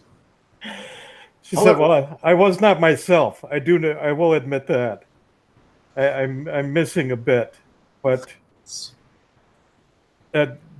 we repelled all the attackers, and the attackers were other villagers from the villages that our friends in the other communities. So they've been recruited. I don't know. They fought hard. Let us question them." And I started to go to the beach. There's no bodies. There's nothing. They took care of everything. The invaders, they must care for their dead because they took them with them. Oh, they took the dead. That makes sense. She said, "I'm getting no response from the men in the boats." Well, the men in the boats are here. I pointed to the people that are with me. She goes, "Oh." And she greets them warmly and says, "How are we all doing tonight?" She said, "Tonight has been a good night." Some of them don't say a word towards you, Sister Kana, and then others are just, we're doing fine. I'm sorry. I wanted to ask something real quick because I wanted to say it a while ago, but I didn't get time. Can Richard have told the mayor, the proper signal to give and when to give it, and have gone with Davida to the beach? Yeah, I mean, if you wanted to set someone else up at the Archer Battalion or whatever, sure, you could have went to the beach. Yeah, I would set the mayor up. I just, he would know. He's a soldier. He'd know the proper time to give the signal and all that. And I would ask Young's character to go with me, of course. I'm right behind you, Sir Eldridge. So it's a regular beach party now. Okay, so I'm going to instruct the fishermen that were working with me earlier to take posts along the beach. And prepare. I'll have them buddy up, two in a group, One will rest while the other one watches, and then they'll switch off halfway through the night. All right, y'all set up the beach patrol again. The watchers into the sea. There's still a few of your boats. If you wanted to put somebody back out on the boats, there's still a few of them that are still intact. Okay, I'm going to ask, did that work? Were they able to tip over any boats? Because I wasn't there. So you would get answers that they tried, and as soon as they would try to do that, the rope and everything would just burn, and the metal itself would just burn. And okay, all right, then we don't want to waste life with that. I say no. We'll stay along the shore, and when they come in, we can move forward into the water with the spears. And I would turn to Sir Aldridge, and I say, "What do you think? A fleeing foe? Could they be regrouping?" If they have come this far, it's unlikely they'd give up. Yeah, I would say that it would make most sense that they are regrouping and preparing for a second attack. Of course, the one thing I can't figure out is why there are no bodies. Even those that would not leave their dead behind would not clean up after one combat. It makes no sense. Perhaps they needed the armor. Yes, perhaps you are correct if they are recruiting other villagers. And upon hearing the other sister's story about or did she tell him that she removed a helmet and saw the other villager?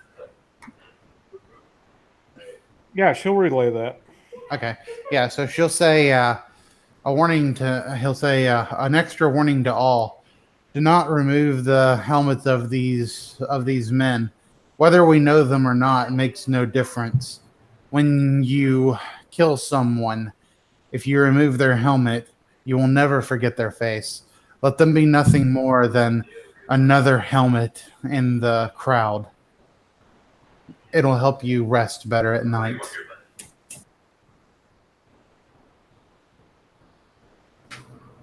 Okay. Okay, well, I don't think we all need to be here, I say. So Davida turns and walks back towards the village. And after letting them know on the shore, the guards, to make sure they throw up the signal fire if something happens. Actually, it's 15 minutes away, right, by walking? yeah, by walking, it'd be a good 15, maybe 20 minutes in armor. Can we hear them if they were to yell, or is it too far away to hear somebody yelling? Like a I would think it may be signs of a battle. You could hear it, but any just pre-warning yelling, I would say no. They'd probably have to light some type of signal. Okay. Yeah, I tell them to do like a flaming arrow in the air or something, so we can at least know. And I'll head back to the village because I don't want to leave the village unprotected. All right, Davida is going. It's middle of night now, roughly. Middle night. You probably have about 6 hours before sunrise. Davida, you're heading back to the village. What about the rest of you? Yeah, Brother John's going back to the village too, because it's undefended. Richard will offer to keep watch over the beach if the other nun, I can't remember her name, if she wants to return to the village to get some rest. Yeah, Arcana will take the offer of rest and head back. Okay, and Richard does have a crossbow, a light crossbow. So if nobody else has any like arrows they can light, he can shoot off with his light crossbow up in the air if he needs to. Nice. All right. 3 of you go back to the village and leave Richard with the group of beach protectors who have so well done very far in this battle, it would seem. They're happy, they're joyful, they're ready for the next onslaught. You would think, Richard, you've got you a good group there. We start out on the village. I'm in the village. Excuse me, the beach. The rest of the night. Richard, y'all set up. The sea is calm. Even the waters itself. It's pretty out there watching it. You see the sun starting to come up. Nothing has happened on the beach at all. The other three of you go back to the town, keep watch, I would think, because I guess her sister kind of you was going to rest, probably get some rest that you much need. Probably the 6 hours before sunrise, I would think, huh? Yeah, I'm going to recommend that the two priests, the nun and the priest, sleep, and I'll stay on guard, and then we can switch in the morning. All right. Sounds good to me. The morning starts. It's not as clear as it was the day before. It's some of the morning fog is picking up. Davida, before the two clerics wake up, you're standing there on watch and have everybody set up. You hear a like coming through the air like a whistling noise. You look out, where the hill rise is. You see something coming over towards the village. Appears to be like a big rock or something. Oh. As it keeps coming and it gets closer and closer, where you can see it better in the early sunrise of the morning. It hits the ground though, but it doesn't thud like a heavy rock would. As it hits the ground, it starts rolling towards you. And the cleric's deal there, as it stops, you look and you see the head of the scout known as Stefan that you sent out to keep watch on the inland itself. Okay. I look at it. I pick up the head. I walk over to the hole that I dug in my backyard, and I put it in. And I drop some dirt on it. I grab my axe, and I head for the hill. As you head for the hill, you hear... Clerics are up, right? These guys are already awake, you said? No, they were actually still asleep. I instruct somebody to wake them up. I'm sorry. I was going to clarify that too, but okay, yeah, you do. You can send somebody to wake up the ones that are resting. As you head towards the hill, you hear a noise, maybe a noise you've heard before somewhere, or stories of it. It is the sound of a horn being blowed. As you head to the hill, you're halfway there. You see rising up on the hill an army of black armored invaders standing there with their two-handed swords. You see another figure as they spread apart, as this line just keeps going around the hill. You see this one larger armored invader walk between as they make room for him to walk up, and he steps 5 foot in front of them. And he's holding this horn in his two hands instead of a two-handed sword. This large horn is made out of something, a war horn. As you get closer, Davida, I don't know how close you want to get, but you get close enough to hear a voice come out, almost human maybe. And it goes, "Do you have what we seek?" And at that point, we will take a 5-minute bio break. Nice. Okie doke.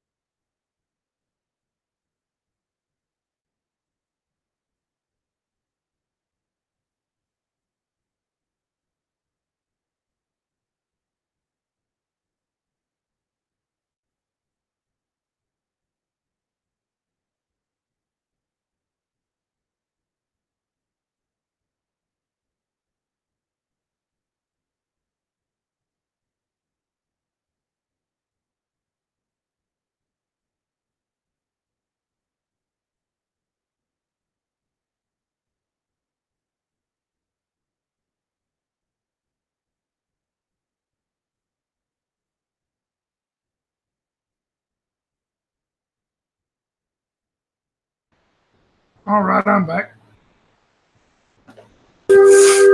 Same here. I'm back.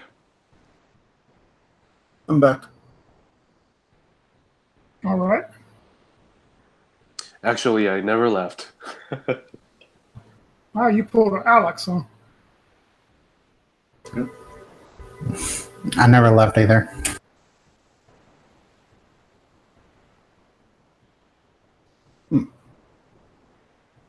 I left. I did too. Too much water. I'm working my up there.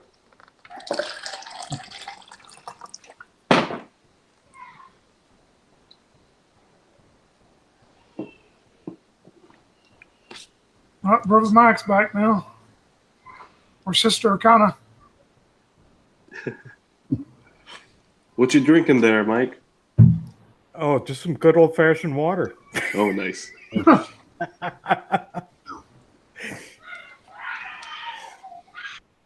All right, we'll get started back then. All right. Davida, you hear that voice come out. But we switch back and jump back to the early morning sunrise, the beautiful sunrise at the sea. Sir Richard, you and your group had that quiet night to see the beautiful sunrise. You hear the sound of his horn being blowed. You know that the sound you hear is not of any horn being blown by any of the villagers.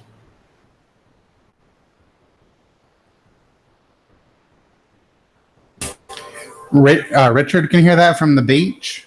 Yes, you can. Okay. Shit. Okay. Well, like Richard's going to be thinking real quick that, of course, the village could be attacked, but he knows that his companions are up there and they might be able to handle it. He's afraid if he withdraws from the beach that they get attacked from the beach and flank them. So he's going to tell the men to hold their positions for now. He wants to wait at least a few rounds and see if they send any sea reinforcements. And then All right. flank. Perfect, man. You stay at the beach and protect the beach. Sounds good to me. We go back to you, Davida. How far are you away from this front line of, this one figure with a horn is probably stepped 5 feet in front of the rest of them and has addressed you in this human-like voice. How far are you from him? I'm maybe like 20 feet in front of him or something. Like, I stop. Right. I'll walk right up to him. Yeah, perfect. He says that to me. Do I have what he wants, or whatever? And I say, I have what many men want: the embrace of a beautiful woman, or cold steel. Which is it that you prefer? You get no reply as you just see the slit of those eyes in the slit, the visor looking straight towards you, and he's holding this horn. The rest of you are being woke up. Sister O'Connor, you, John, being woken up. Some of the other villagers that are staying to help fight have being woken up, and you, we're going to say, you're quite a ways away, but you see Davida standing up there with this big line of these black armored soldiers. What would y'all like to do?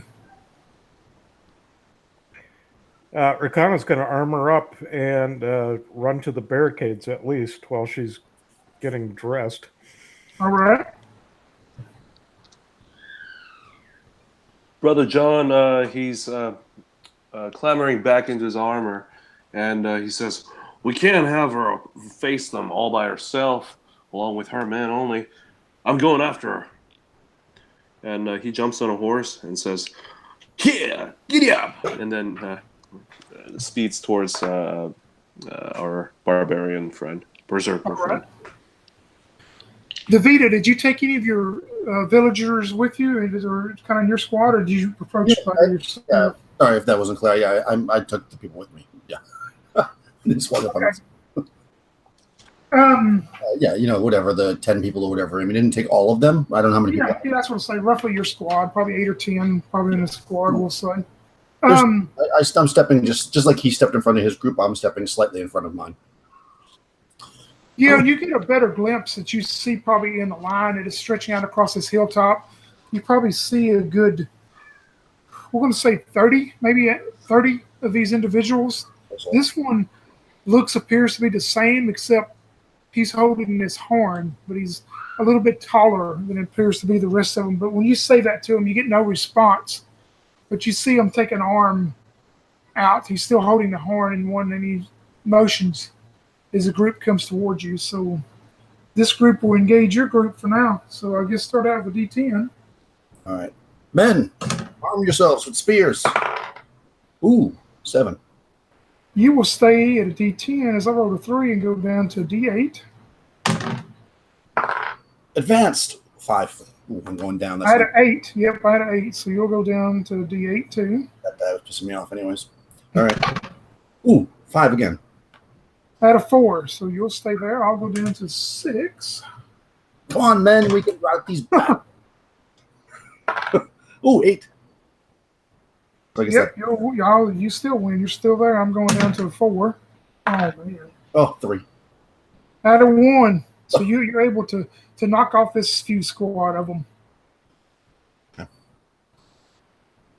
So I say, okay. Yeah, go ahead. So, as the men are kind of like they're pushing back that group or whatever, I kind of brought my hand to my side with my hand axe, and I say, it's not too late for you. You can retreat now.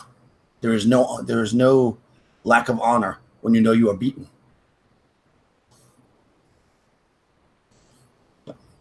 The figure holding the horn has been watching this battle. He's moved on down further the line, but he's still, within range of visual and talking if he does talk. But he looks at you as he's still holding his horn. And he's looking directly at you, but he says nothing. We see John riding up with his group of people now, probably. When I get a chance, I want to see if I can rush the guy and take the horn from him. Look, I've got my hand. You're going to be roughly 30, 40 feet away from him. Yep. So what I want to do is I'm going to fling my shield, not really an attack, just fling it at him to kind of distract or whatever, and I'm going to run at him and try to grab the horn from him. Roll me a d20 to see if you're going to be able to get to him before he does something. Okay. Ooh, 19. Hopefully high is good. The one time high wouldn't be good. You throw the shield. Is it a wooden shield or metal? It's a wooden shield, I guess. You throw the shield, and you're able to actually strike his armor with it. But as soon as it hits his armor, your shield just dissipates and breaks in all different pieces. He's standing there looking straight at you. He doesn't think that you can get to him fast enough, but you are able to. So we'll go into individual initiative right now between you and him. So I guess roll me a d12. Ooh, 3. He had a 1. Oh, jeez. Yeah. Yes, I'm going to try my grapple thingy that I can do because I want to try to take the horn from him. So I just make a regular attack, right? Pull it up. I got to pull it up here. You can also attempt to grapple a target by making an initial hit roll, and on a successful hit, the target makes a save. On a failed, they're grappled. So I'm going to try to. I'm assuming that's what I would use for that. That's regular attack. What he's going to do, though, since he got a 1 and goes first. Oh, low is better. That's right. Yep, remember, low is better. So you see him. He doesn't have. You see, he has a sword at his side, but he's not ever pulled it out. He's been holding his horn. So when you run to him like that and lunge at him, he just takes his mailed fist and tries to slam it straight down into you. What he's going to do. That's going to be 24 to hit. And you'll take max damage 5 as he just slams his mailed fist straight down into your face. Ouch. Yikes. All right. Yeah. I do the Bruce Lee thing where I taste the blood. Then I try to take the horn. Yep. So you're going to try to hit him first. Make an attack roll. You're going to try to hit him with your bare fist, right? Yeah, that only hits armor class 15, which I'm assuming isn't going to hit because he's wearing plate. That is a bad miss. Yeah. Well, not bad, but it's definitely a miss by what he's wearing. Yeah. So that's fine. We'll go into another round. See what happens. Let's see. 5. A 5. He had 11. Okay. I'm still going. I'm going for it. Ooh, 18 plus 4. 4? What was it? Plus 4? Yeah, plus 4. So 22. 22 will hit him.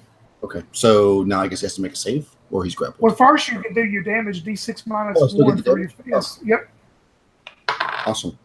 Okay, so 3 minus 1, but then plus 1 because of my strength, so 3. So 3 damage, okay. And let me see. He's going to try to make a save and try to get away from you. And he is going to make it. Okay. So he's able to get away from you, still hold on to the horn, but you do notice you did some damage to him. Okay. But nothing, you see no kind of fluid or blood or anything running out of him. He appears to be standing pretty strong. I can imagine. So I'm gonna say give up now. Never roll a 9. He rolled a 2. Oh, okay. And as you say that to him, you see these black shadows start enveloping him. And you see that he just disappears away from you. You don't know which way you went.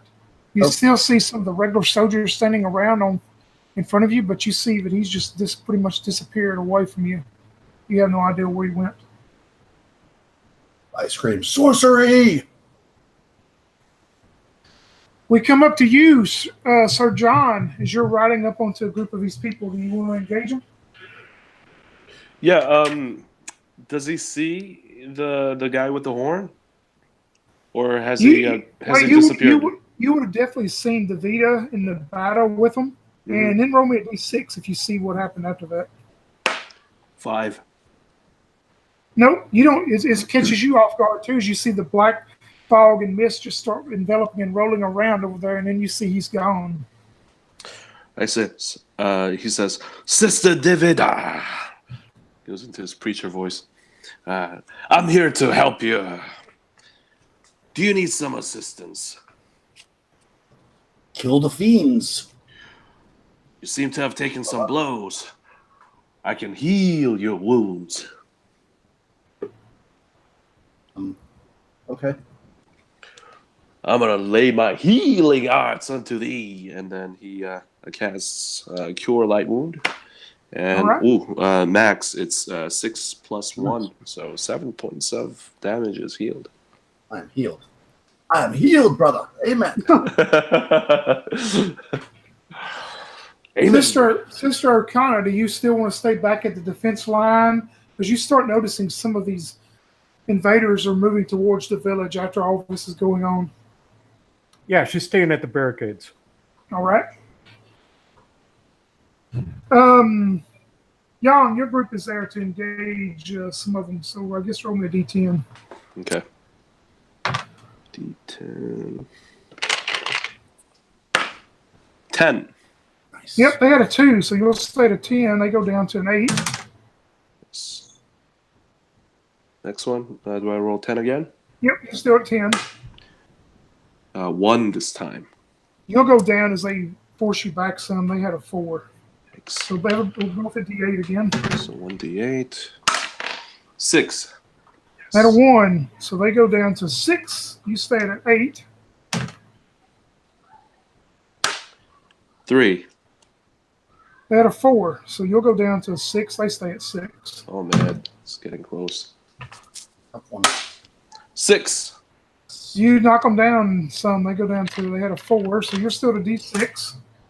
He yells, "My brothers and sisters, we should gather our forces together and smite these evil bastards back to where they came from." And he rolls 4. They had a 2, so you're able to knock them back. That group. As you're in the battle and fighting, we go to you, Davida. Are you trying to find this horn, the figure with the horn still? Since he disappeared and I'm kind of a little freaked out by magic, if there's more just regular soldiers, I'm going to just get my spearmen to attack them. Yeah, we'll do one real quick. Sure. You're able to So we'll try to route guys out. Oh, 1. Huh, they had a 2. Oh, jeez. So, yeah, you'll go down to D8 then. But I got 8 though. Out of 1, so we're both down to D8. Wow, another 1. Oh, 3 on my side, so even though that was bad, it was good. They don't do too good at this combat deal. Oh, 8 again. You won out of 4, so they're down to a D4.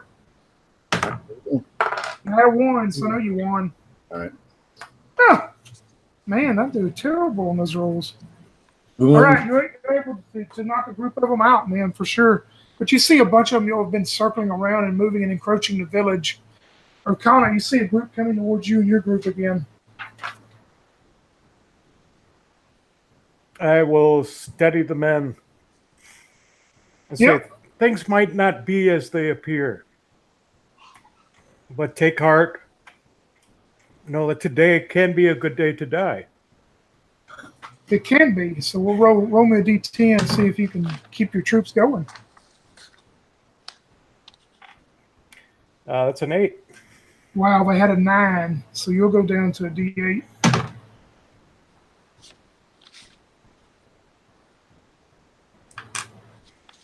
I had a 4 that time. I had a 1. Whoa, you're down. Oh, your group ain't doing too good. You're down to a 6 then. It might be the previous night activities of beating up my own men. But, holy crap, another 1. I had a 3, so you're down. Your group's doing bad. You're down to a 4. Oh. Ooh, I had an 8. Oh, that's 3 1s in a row. Oh. Tell me how your group is just decimated, man. Yes, it's just a tangled mess of flesh. We don't have to worry about wetting down the barricades because the blood is just spilling over them, and some men have been directly impaled on some of the barricades, and those who can will crawl back to the fallback position.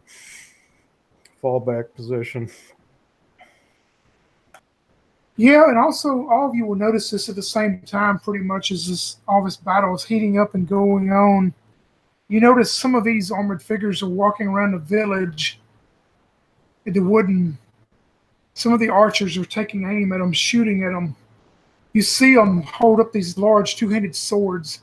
The swords start glowing, and you see streaks of fire shoot out towards some of the buildings, setting the villages, the buildings on fire.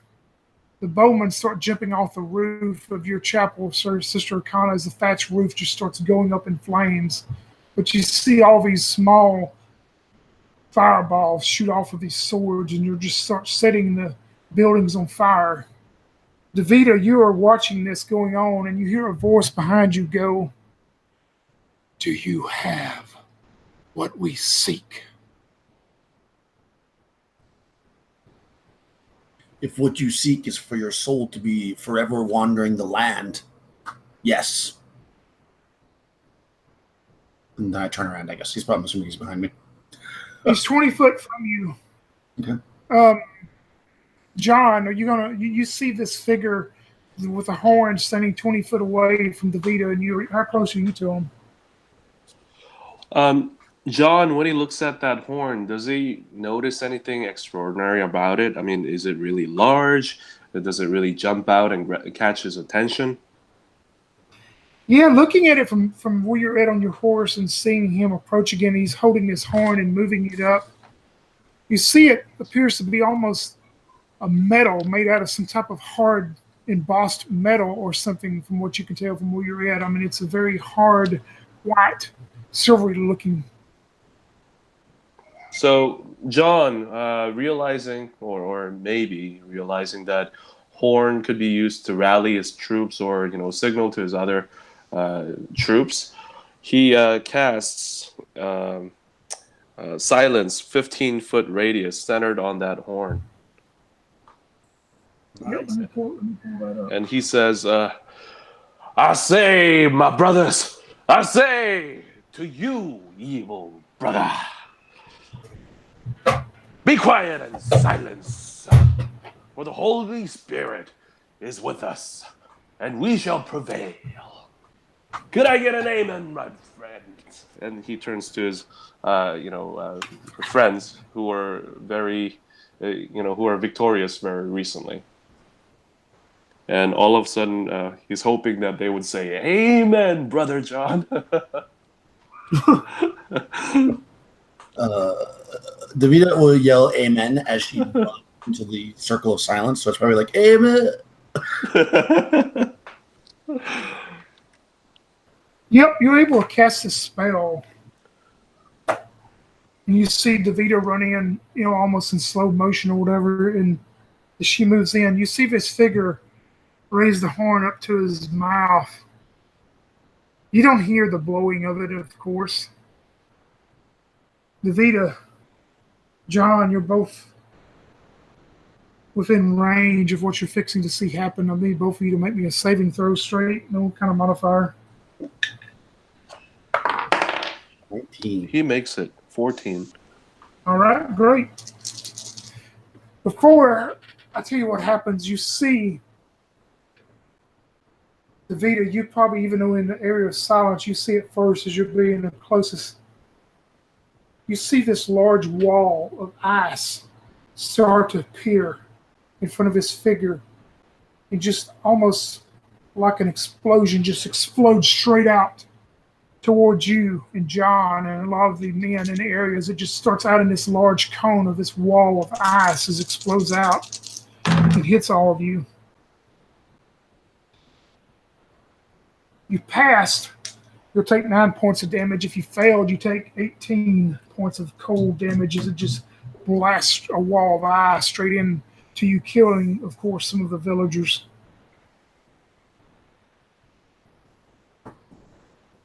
Ouch. Make me a save, John, for your horse. Just roll a d20. Let me know what you get. 7. Your horse is frozen and falls and tumbles down as you roll off the horse yourself.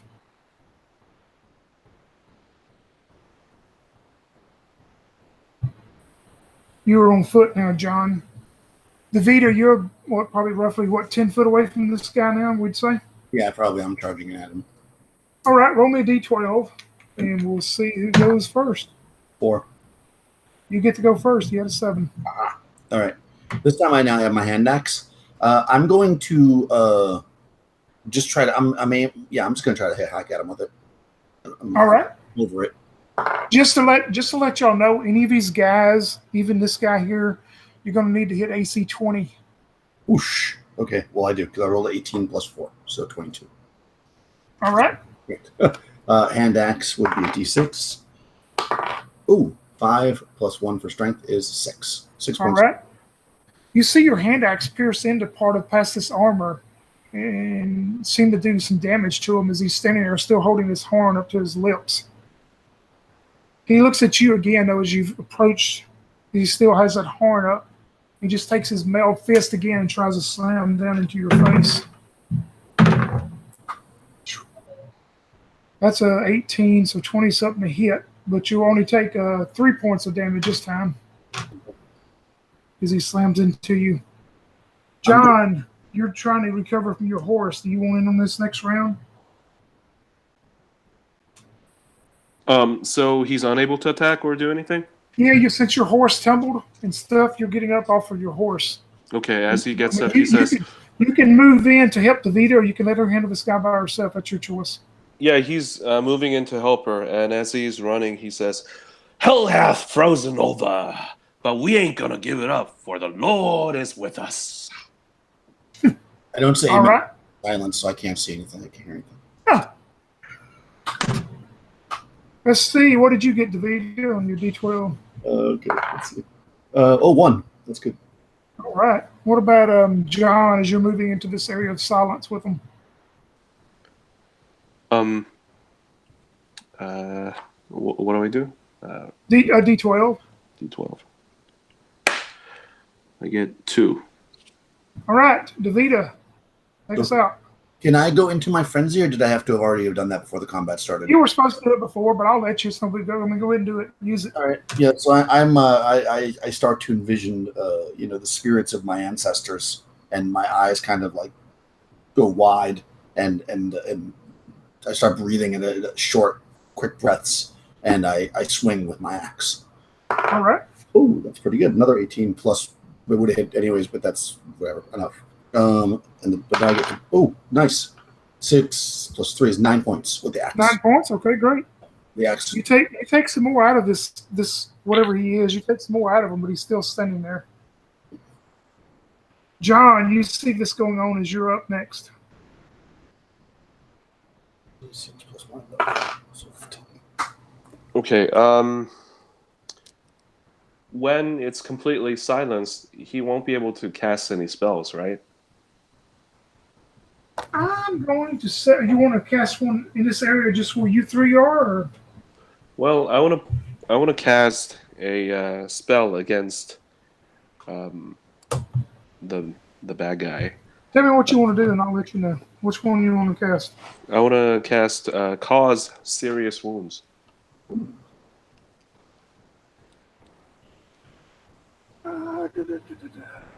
Yep, I'm gonna let you do it. Go for it. It's just you three in this area.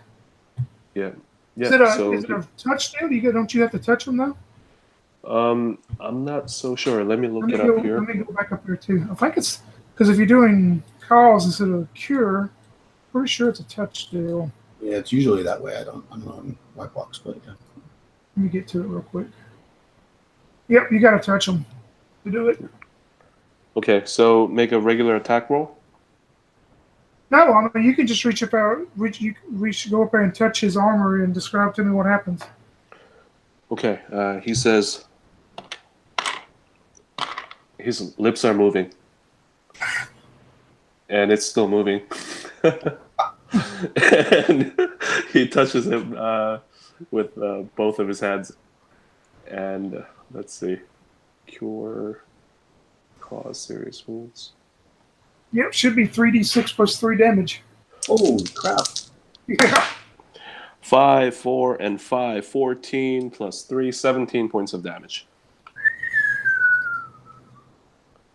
You see the figure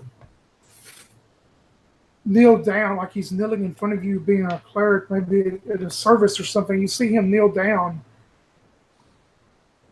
and you hear something come out of the visor, a cough, as you see him start coming apart. But he stands back up, still holding the horn. And we will be up to the next round. But you can tell whatever you just did to him did some serious effect to him. I got Nice. You got a 6, you said? 4 for me. Oh, 4, okay. What did you get, John? 1d12, right? I rolled Yes, sir. 12. All right. He had a 2. Whoosh. You see him stand back up. You're standing there next to him, John. Yep. He reaches out and touches you. Oh no. Oh Make a no! saving throw. Oh man. 10. His saving throw is 10. So does that mean that he makes it, or That does he means you make it? made it. Okay, great. As he reaches and touches you, you start just turning flames, just start burning and boiling all across your armor. So, but you made your save or take 4, only 4 points of damage. Ooh. DeVita, you see what's going on as you're up next. Okay, I'm going to, I'm not even thinking that because I'm in my frenzy, and I'm just going to swing at him with my axe, grunting, and I miss terribly. Oh, okay. John, DeVita has tried to get this guy off of you, but she just couldn't do it as you're sitting there in flames of boiling across your armor. What are you going to do? He's gonna cast cause light wound. All right, that's 1d6 plus 1 as you touch him again. Yep. And he does 6 plus 1. Nice. Tell me how this guy falls down to the ground this time, doesn't get up then. He mouths some words again, but this time it's a lot shorter. And he just touches and reaches out with his right hand and grabs his head. And you think he's saying burning finger, but you're not exactly sure. And then all of a sudden, the hand bursts into flame. And the villain falls backwards. Yeah, and the horn rolls starts to roll down the hill a little bit as it's laying there on the ground now, close to you and Davida. Okay, I'm going to pick up the horn. As soon as you do, make me a saving throw. As soon as you touch it. Not touch it. I rolled a 1. Oh, no. Oh, yes, of course. As soon as you touch it and start to pick it up, you feel the coldness that you felt earlier as your hands just start turning and freezing. You'll take 7 points of cold damage again as this horn just freezes and just starts running up your arm or whatever. Okay, I'm going to drop it, obviously, if I can. All right. Yeah, you can drop it. It didn't feel like a shock of cold. It's like it's running up my arm, right? So I should drop it. Yeah, I mean, it was just just the instant cold, like that wall hit you earlier. It just started cold, just shot up your arm. Okay. Yeah, I'm going to drop it because I'm not going to... and once I drop it, I mean, there's probably other stuff going on, but when I get a chance, I'm going to turn the back side of my axe, so that, like the flat side, and I'm going to try to smash it. Yeah, and if you wanted to look at it real quick before you smash it, you can tell that the steel, the silver white steel that appears to be made out of is not steel at all. It appears to be some type of hardened ice itself. Oh, You see images embossed on it of these mountain ranges and these glaciers and these weird looking beasts and animals that you've never seen in your life before.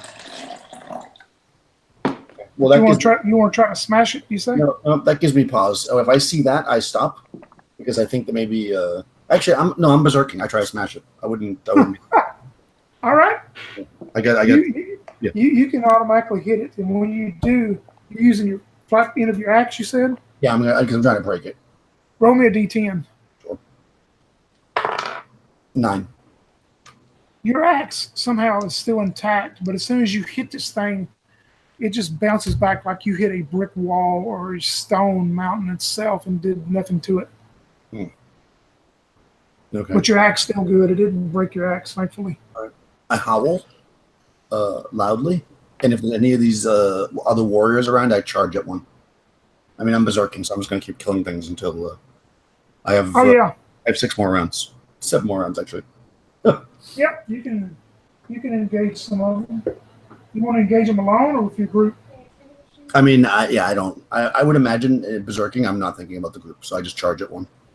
Yeah. Roll me d12. Yeah. 5. This one had a 2.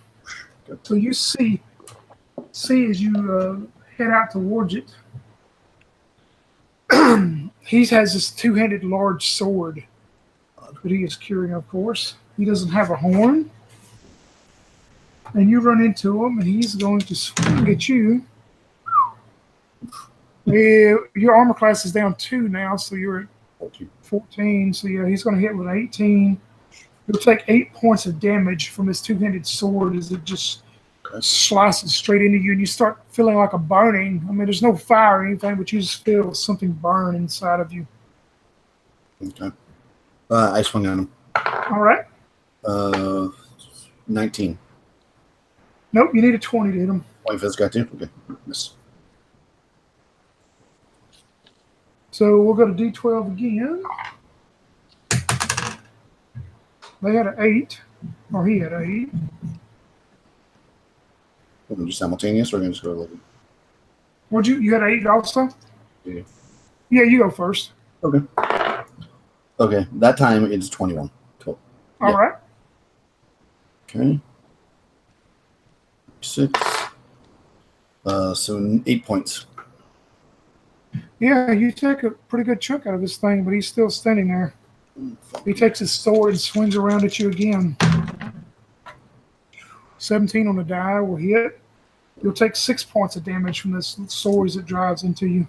All right, I drop. That brought me to 0. Did it 0 exactly? 0 exactly. Yep. All right. You're down at 0. John, you see this as you've probably been engaged maybe with some of your group, but you're close enough to see this going on. Sister Arcana, you probably can see it too as you see DeVito fall to the ground from this body blows of this two-handed sword. But John, you're the closest to it. I'm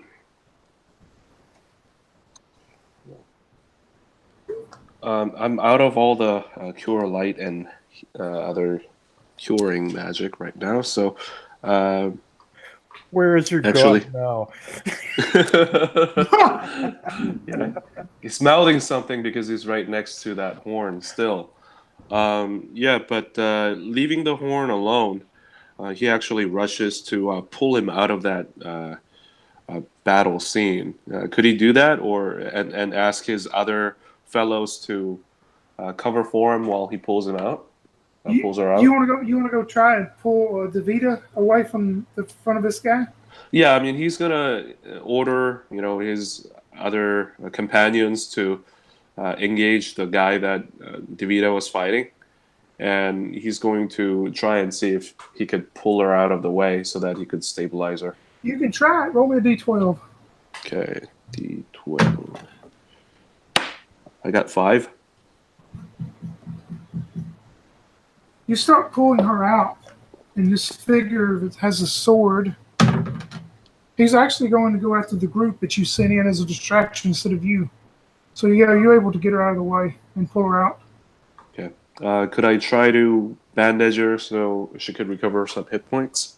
You can try. DeVito, make me a saving. If you want to do that, DeVito, make me a saving throw and see if he can successfully bandage you or cause more damage. Maybe. Oh, 16. I think that's a pass. Hold on. Yep. So you could bandage 1d6, I believe. Okay. My sister. Oh, no, I'm sorry. It's 1d3 if you're doing somebody else. I'm pretty going to make sure. 1d3? I ordered on my own rules. Yep, it's 1d3. 1d3 if you're doing somebody else. So I roll 1d6. Oh, no, I'm sorry. 1d6. Don't listen to me. It's 1d6 recovery. It's 1d3 if you do damage. That's there. Okay, cool. Yeah, so he's going to say, my sister, rise from your grave. And he heals her for 3 hit points. She... What happened? That was mighty brave, charging into the battle like that. The God has witnessed your bravery and allowed us to heal you back so that you can fight some more and bring glory to God. I was sleeping with my ancestors for a moment. Oh. But now I'm back. I look around on the ground for my axe. And it's probably not... So I grab my other one. As you two are doing this, we go back to you, sister, kind of being closer to the village itself at one of the defense lines. You see these armored figures that have just been going and burning a lot of the buildings and stuff. What would you like to do? You see Brother John somehow miraculously wrap up the wounds of the Vita and see her stand back up. But you're in the village itself with all of its buildings being burned. Well, she will try to protect the village. She'll also send a couple of men to John's chapel, because John, you have a bell, right? That's what you said? Yeah, he's got a bell tower. Yeah, so, and have them ring the bell so that at least we can notify everyone that the town is under attack. That sounds good. The men get to your chapel there, John, and none of these armored invaders have made it there yet, so they're able to get in and ring the bell. As we jump back to the beach for a moment, Sir Richard, you're down there waiting from the group. You've heard nothing else, no kind of signals until you hear the bell ringing from the chapel. What would you like to do?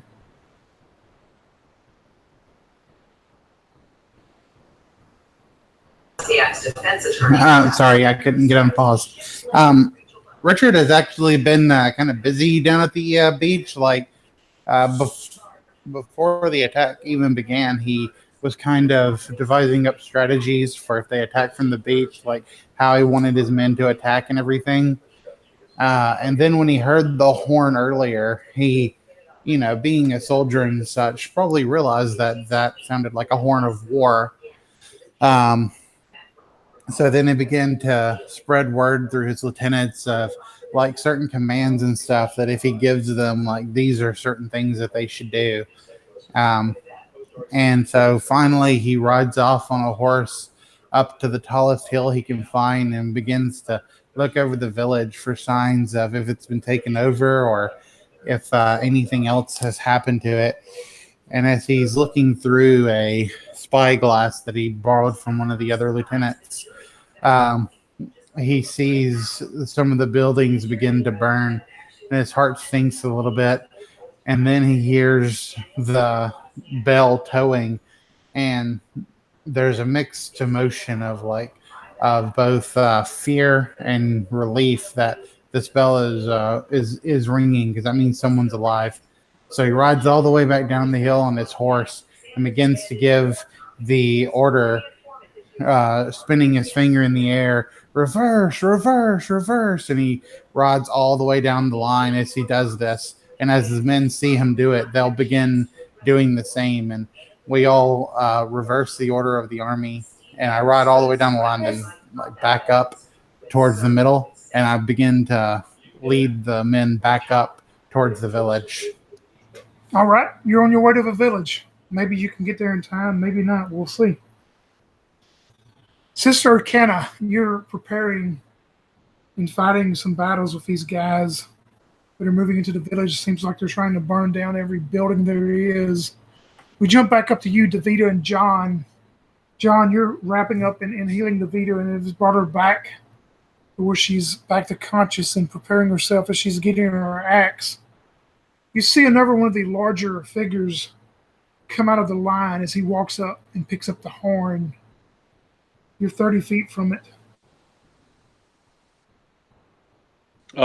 Last time, I was hoping that nobody would try to pick it up so that he could pick it up himself. But last time he saw somebody blow it and then this column of ice erupt from all around him, right? Yep, because it damaged you and stuff. Yep, you definitely saw it and felt it. Yeah, so he tells everyone to get away from the horn, and he runs away on the other direction, trying to pull Davida out of the range also. Davida, what are you going to do? You're still in your rage. So would you let John do that, or what do you want to do? Well, I mean, she just died, so I'm not so sure whether she'll be enraged, right? I mean, she just came back from death, or. Well, she didn't really come back from death. She was just unconscious. Oh yeah, that's right. I tell you what, Davida, make me a saving throw, just straight.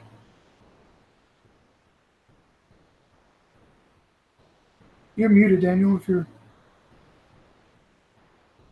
3. So I failed.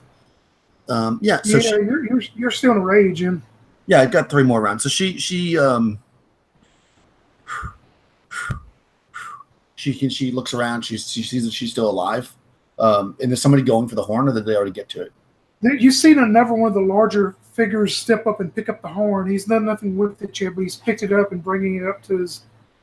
Okay.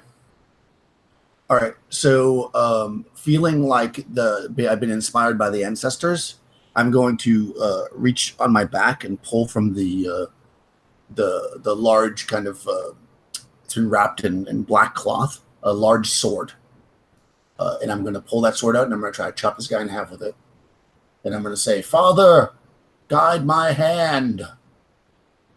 We'll see what happens. You're going to take out the sword that your family has had you or given to you to protect? Yeah, I'm going to take out the sword and I'm going to try to kill this guy. As soon as you touch that sword, make me a saving throw at -2. Oh, God.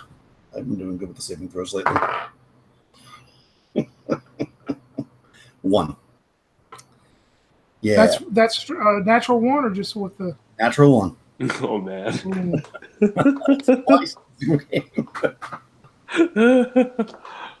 Oh, man. You're at how many HP? 6? 3. 3? Yeah.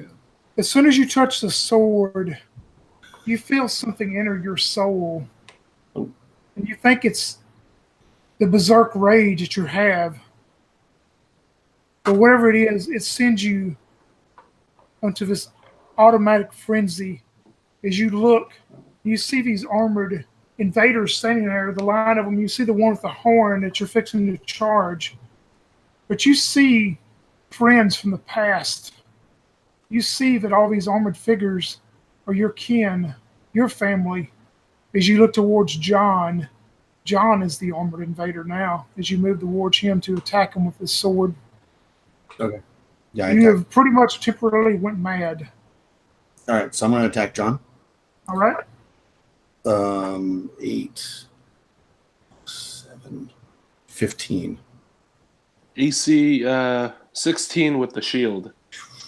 Perfect. I guess 4 and 3 is 7. Yeah, 15 is what I rolled. Yep. So ding, bounce off the shield, I guess.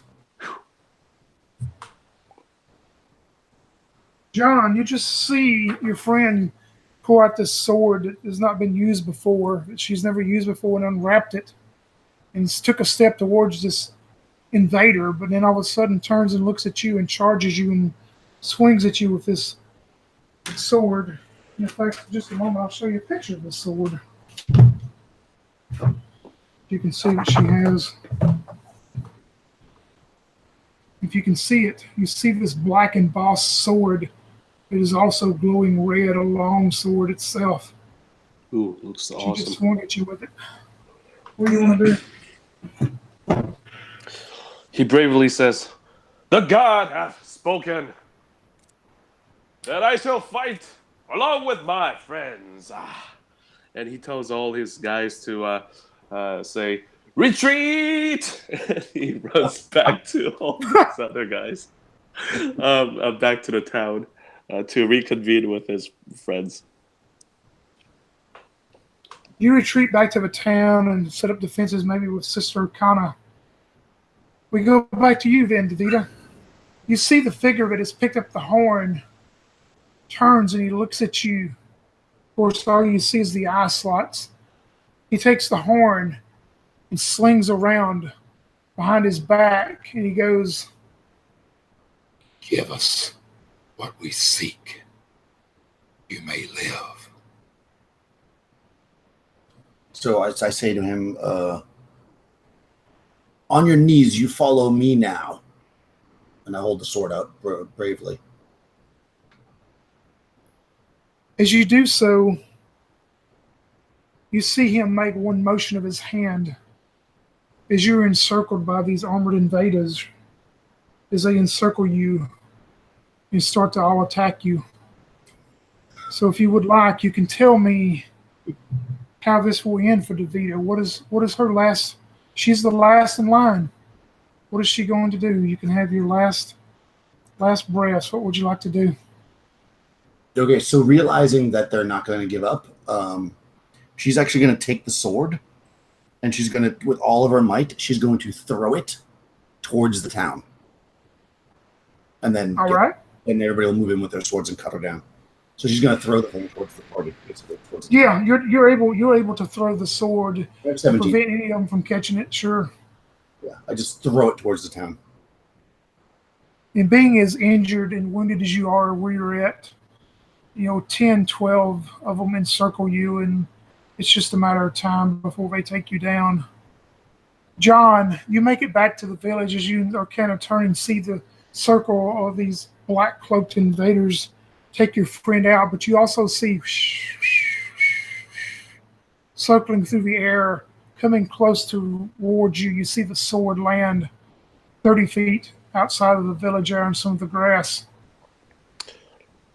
As it lands ahead of him, he runs over there and picks it up and tries to bring it into town, realizing as soon as you touch the sword, make me a saving throw at -2. 7. Ooh, he fails. You pick the sword up and admire it for just a moment. You want to go attack some of these invaders. You turn and you look to try to get a scan maybe of where some of the closest ones are. Then your eye turns towards Sister Kana. She's the enemy, not these guys. These guys are on your side. They serve your God, your deity. They've here to help you with your chapel.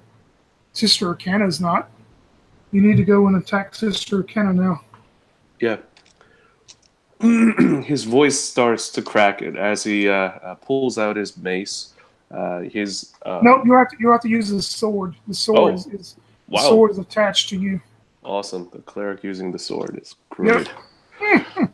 So he says, his voice starts to crack as he dashes toward her and says, "You heathen! I shall bring fire and fury of my God upon thee." And he swings the sword.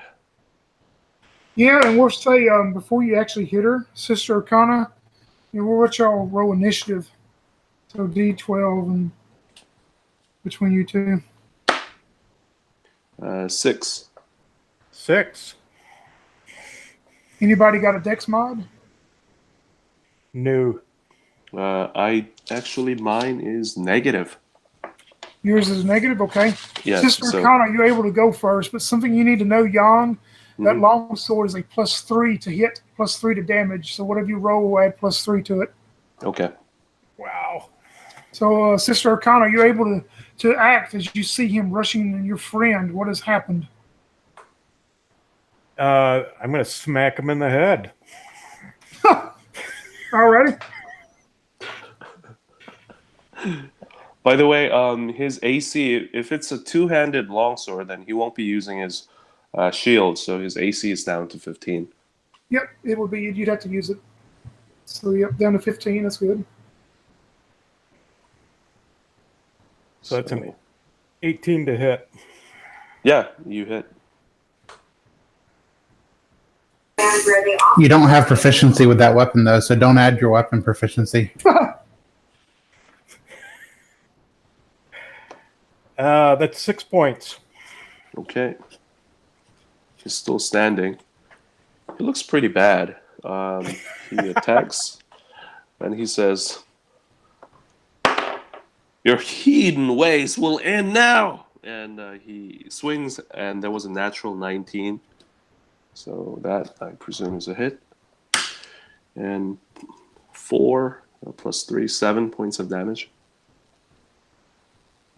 Yeah, and save from rolling initiative every time. We'll just go back. Sister Arcana, you're up, and then him.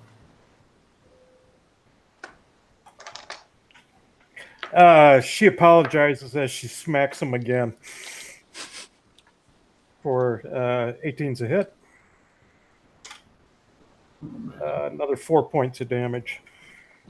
Okay, he's looking really bad. And he says, "This ain't gonna end well for you." He swings, and 3. He misses. What'd you roll on the die? 3 plus 3, so 6. Oh, 6? That's Okay. a miss. Yeah. Sister Arcana, he misses you. I'm smacking him again. Yeah, that's 19 to hit. Yep, that's a hit. Only 2 points this time. He's still standing. Wow. All right. He's going to go and got 19. And he says, "The wrath of the divine shall smite you down." And 4 plus 3, so 7 points of damage. Yeah, she takes the time to wipe the blood from with the back of her hand from her mouth, and then winds up and whacks you again. That's a 17. That's a hit. That's 4 points of damage. He's at -3. Tell me, Brother John, as you go down and the sword itself falls on the ground away from your hand, you reach out to grab it knowing it's the only life that you really know. But tell me and describe how when you die, your soul is immediately pulled from your body. Describe for me how that happens, what occurs as you feel your soul just leave your body. Yeah, as his soul leaves his body, he looks down and sees that the sword is no longer in his hand. He drops it, I suppose, and his soul, or smiles, if it could, and a sense of relief overwhelms him. And as he ascends and dissipates, he senses a certain feel of warmth, and he feels as he has died a good death, living the way that he was meant to. All right, perfect. Sister O'Connor, you see, and you can probably feel and sense being a cleric yourself, you feel the soul leave the body of Brother John. But you notice the armored figure that has the horn slung around his back. He's approaching with his sword, the two-handed sword. He gets closer and you hear him go towards you. Give us what we seek or die now. What is it that you seek? The sword belongs to us. And she points to the one laying on the ground. That sword? That is the one. And she said, that's not mine to give. It does not belong to you. It does not belong to me. The wielder of it be me. He walks up and picks up the sword, and you see the energy of the sword just start flaming red, the red on the black embossed blade itself. The fine, fine blade that has been protected or was protected for the longest by Davida and her family. You see him take the sword. You see the armored figure stop trying to burn down the village. You see them all, without a word, turn, walk back up towards the hill slope, disappear over the hill. Richard, you and the villagers are coming in from the beach. You see the group of invaders leaving the village on the other side of the hill. You see them leaving the area and walking off. You have no idea what has transpired, though, of course, at this point. So they're gone before I even get there? Yeah, you meet them leaving as you're coming in. Huh. Can I just say something? At the beginning of this session, before we went live, Tony said, Crystal's really going to like this one. It's really heavily combat oriented. I have not got to roll one fucking die. You shouldn't have went to the beach. Well, yeah. All right. Well, I mean, okay. So Richard will. That's up to you. If you want to pursue them, that's fine by me. Well, I mean, Richard was only here to defend the village. So Richard will ride up to where all the people are still alive at, and he'll stop and ask, basically what happened. I mean, he has no reason to pursue them. They're leaving the village. On your ride back in, you see the battered and bruised and decimated body of Davida laying out into the field. As you approach, you see Sister Arcana with some blood running down her. You see Brother John laying dead, close to her. As you approach and ask Sister Arcana what happens, what do you reply? They took the sword. That's all they wanted. Sword. And you can see what has happened here. All they wanted was a sword? A sword.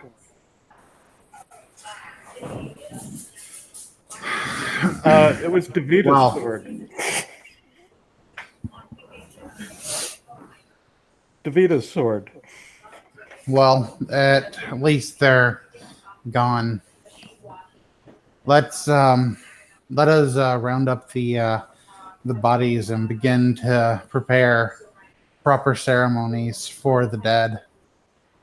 Seems that you're the only cleric in town now, so suppose that would be your job. Well, he does have acolytes. I've done my job.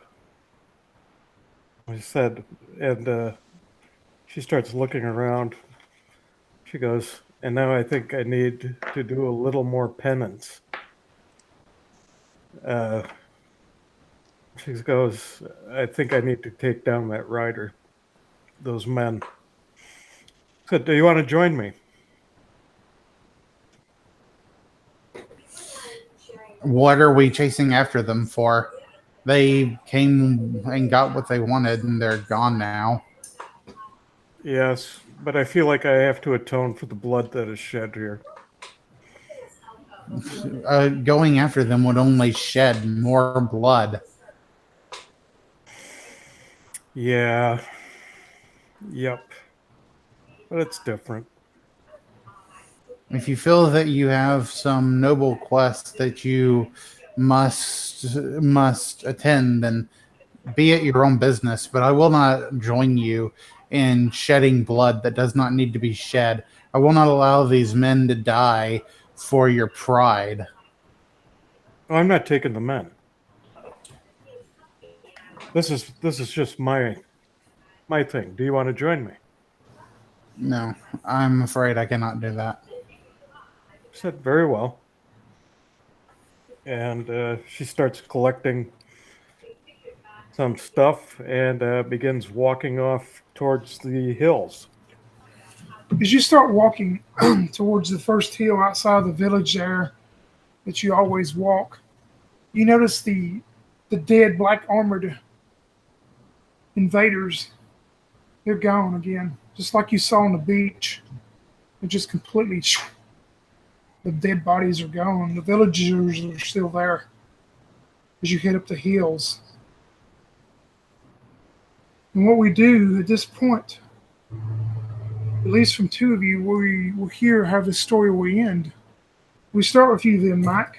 Sister Akana's heading up the hill, and you notice the black armored people are gone. Tell me how this story will end. The next few hours, next few days, weeks, or whatever it is. What does Sister Akana do?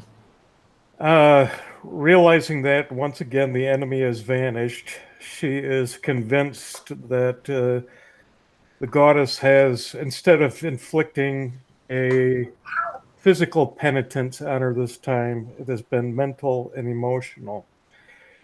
Perhaps for settling down and staying in a village for too long. So she packs up her things, finds and purchases another war horse, allows her acolytes to take over the small chapel that she had, and she sets off to either help communities or find these black invaders that are affecting other communities. So if whatever they're doing continues to spread, you will either become the next messenger that says, beware, or she'll be the one leading the charge. Perfect ending for Sister Akana. The last living member of the leaders of the to defend the village. Sir Richard, how does the story end for you? Sir Richard will take the time over the next few days to mourn the dead, make sure that they are all buried properly and they are given their final rites so that they would not rise again. As he's not being a cleric, he's not sure if that's what causes undead to rise, but he wants it all done all the same. And then over the next several months, the village will begin to slowly recover, rebuilding their buildings and repopulating the presence. The years go by and falls come and summers go. Eventually, the mayor himself passes away, but leaves the village in charge with Richard, knowing that he is a good leader that will always keep them strong and protected. And Richard will spend the rest of his life as mayor of this village, but never never forgetting the dead. When he becomes mayor, he will set up a special celebration every year where they will remember the day that the black soldiers attacked and the day that the village was spared under strange and unusual circumstances. Sad that so many had to die for such a petty reason. All right, perfect. Davida, any last thoughts in the afterlife? And also, if you would like, you may share any information about the sword and how it was in your possession, if you would like. Davida is sent to the afterlife to see her family, who are not very happy with the fact that she revealed the sword to the enemy. But she always had a problem with her temper, and when you get mad like that, sometimes you just can't control yourself. So, such is the way it is. The sword was given to her to guard and to keep secret, and she failed.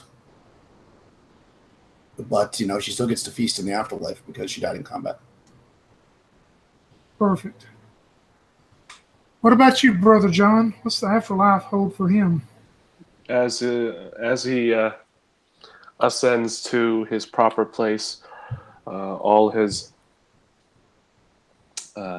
the saints that he has venerated and all the other folks welcome him into their fold, and with a single word they say jubilations, and he joins them.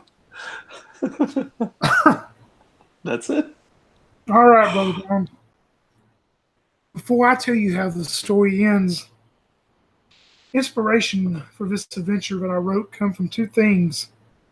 Of course, one thing, the great, wonderful song by Ronnie James Dio, Last in Line. The other inspiration come from a book. I couldn't find it today because I was going to show it, but it's an anthology called The Book of Swords. Come out about a year or two ago. It has a bunch of different stories about swords, and there was one in it about these people coming into a village and trying to take over this sword, and a lot of them were people and friends and that they knew from other places. So that's where the inspiration for this adventure come from. But as far as how the story ends, the armored invaders disappear back on the land, disappear back into the sea, wherever they come from, much like the shadows. They're gone. We go back in the past, 100 years, 200, 300, 400. No one knows because the history books do not tell of this. You see a choppy sea, waves, choppy sea, hitting the rocks. We follow these dark black rocks all the way up to the top of the cliff, where we see a castle, scathed in fog, dark black embossed castle. You see a flag flying at the top of it. It looks just like the unknown raven that these armored invaders wore on their armor, that no one has a clue. We go inside of the castle to a room. It's cold, the water and foam is blowing in off of the sea. It's early winter. We see a stone altar laid out. You see a beautiful, older, blonde woman laid out in her deathbed. As you get closer, you see the age on her face and her body that probably would put her into her 70s. You see standing on the other side another female with this long flowing blonde hair cascading down her back. But you see these black feathers in this headdress that she is wearing. and she's standing over it, muttering something in a language that no one would know today. We swirl around to the front to catch the glimpse of the front of her face, and all you see is this black headdress over her face that is pretty much the raven on the suit of armor there. It's covering everything except her two eyes. She pulls off the headdress as tears start forming and rolling down her cheeks. And she goes, "I'm so sorry, grandmother. I didn't know it would do this to you. I love you. I always will. But now, I will be the shadow mother. I will take care of what needs to be done." As you look at the face, you see the face of the berserker known as Davida. That is how the story will end, as the ravens fly off at the edge of the cliff, and the young woman puts back on the mask and lets out one last laugh. That is the end of the adventure known as Last in Line,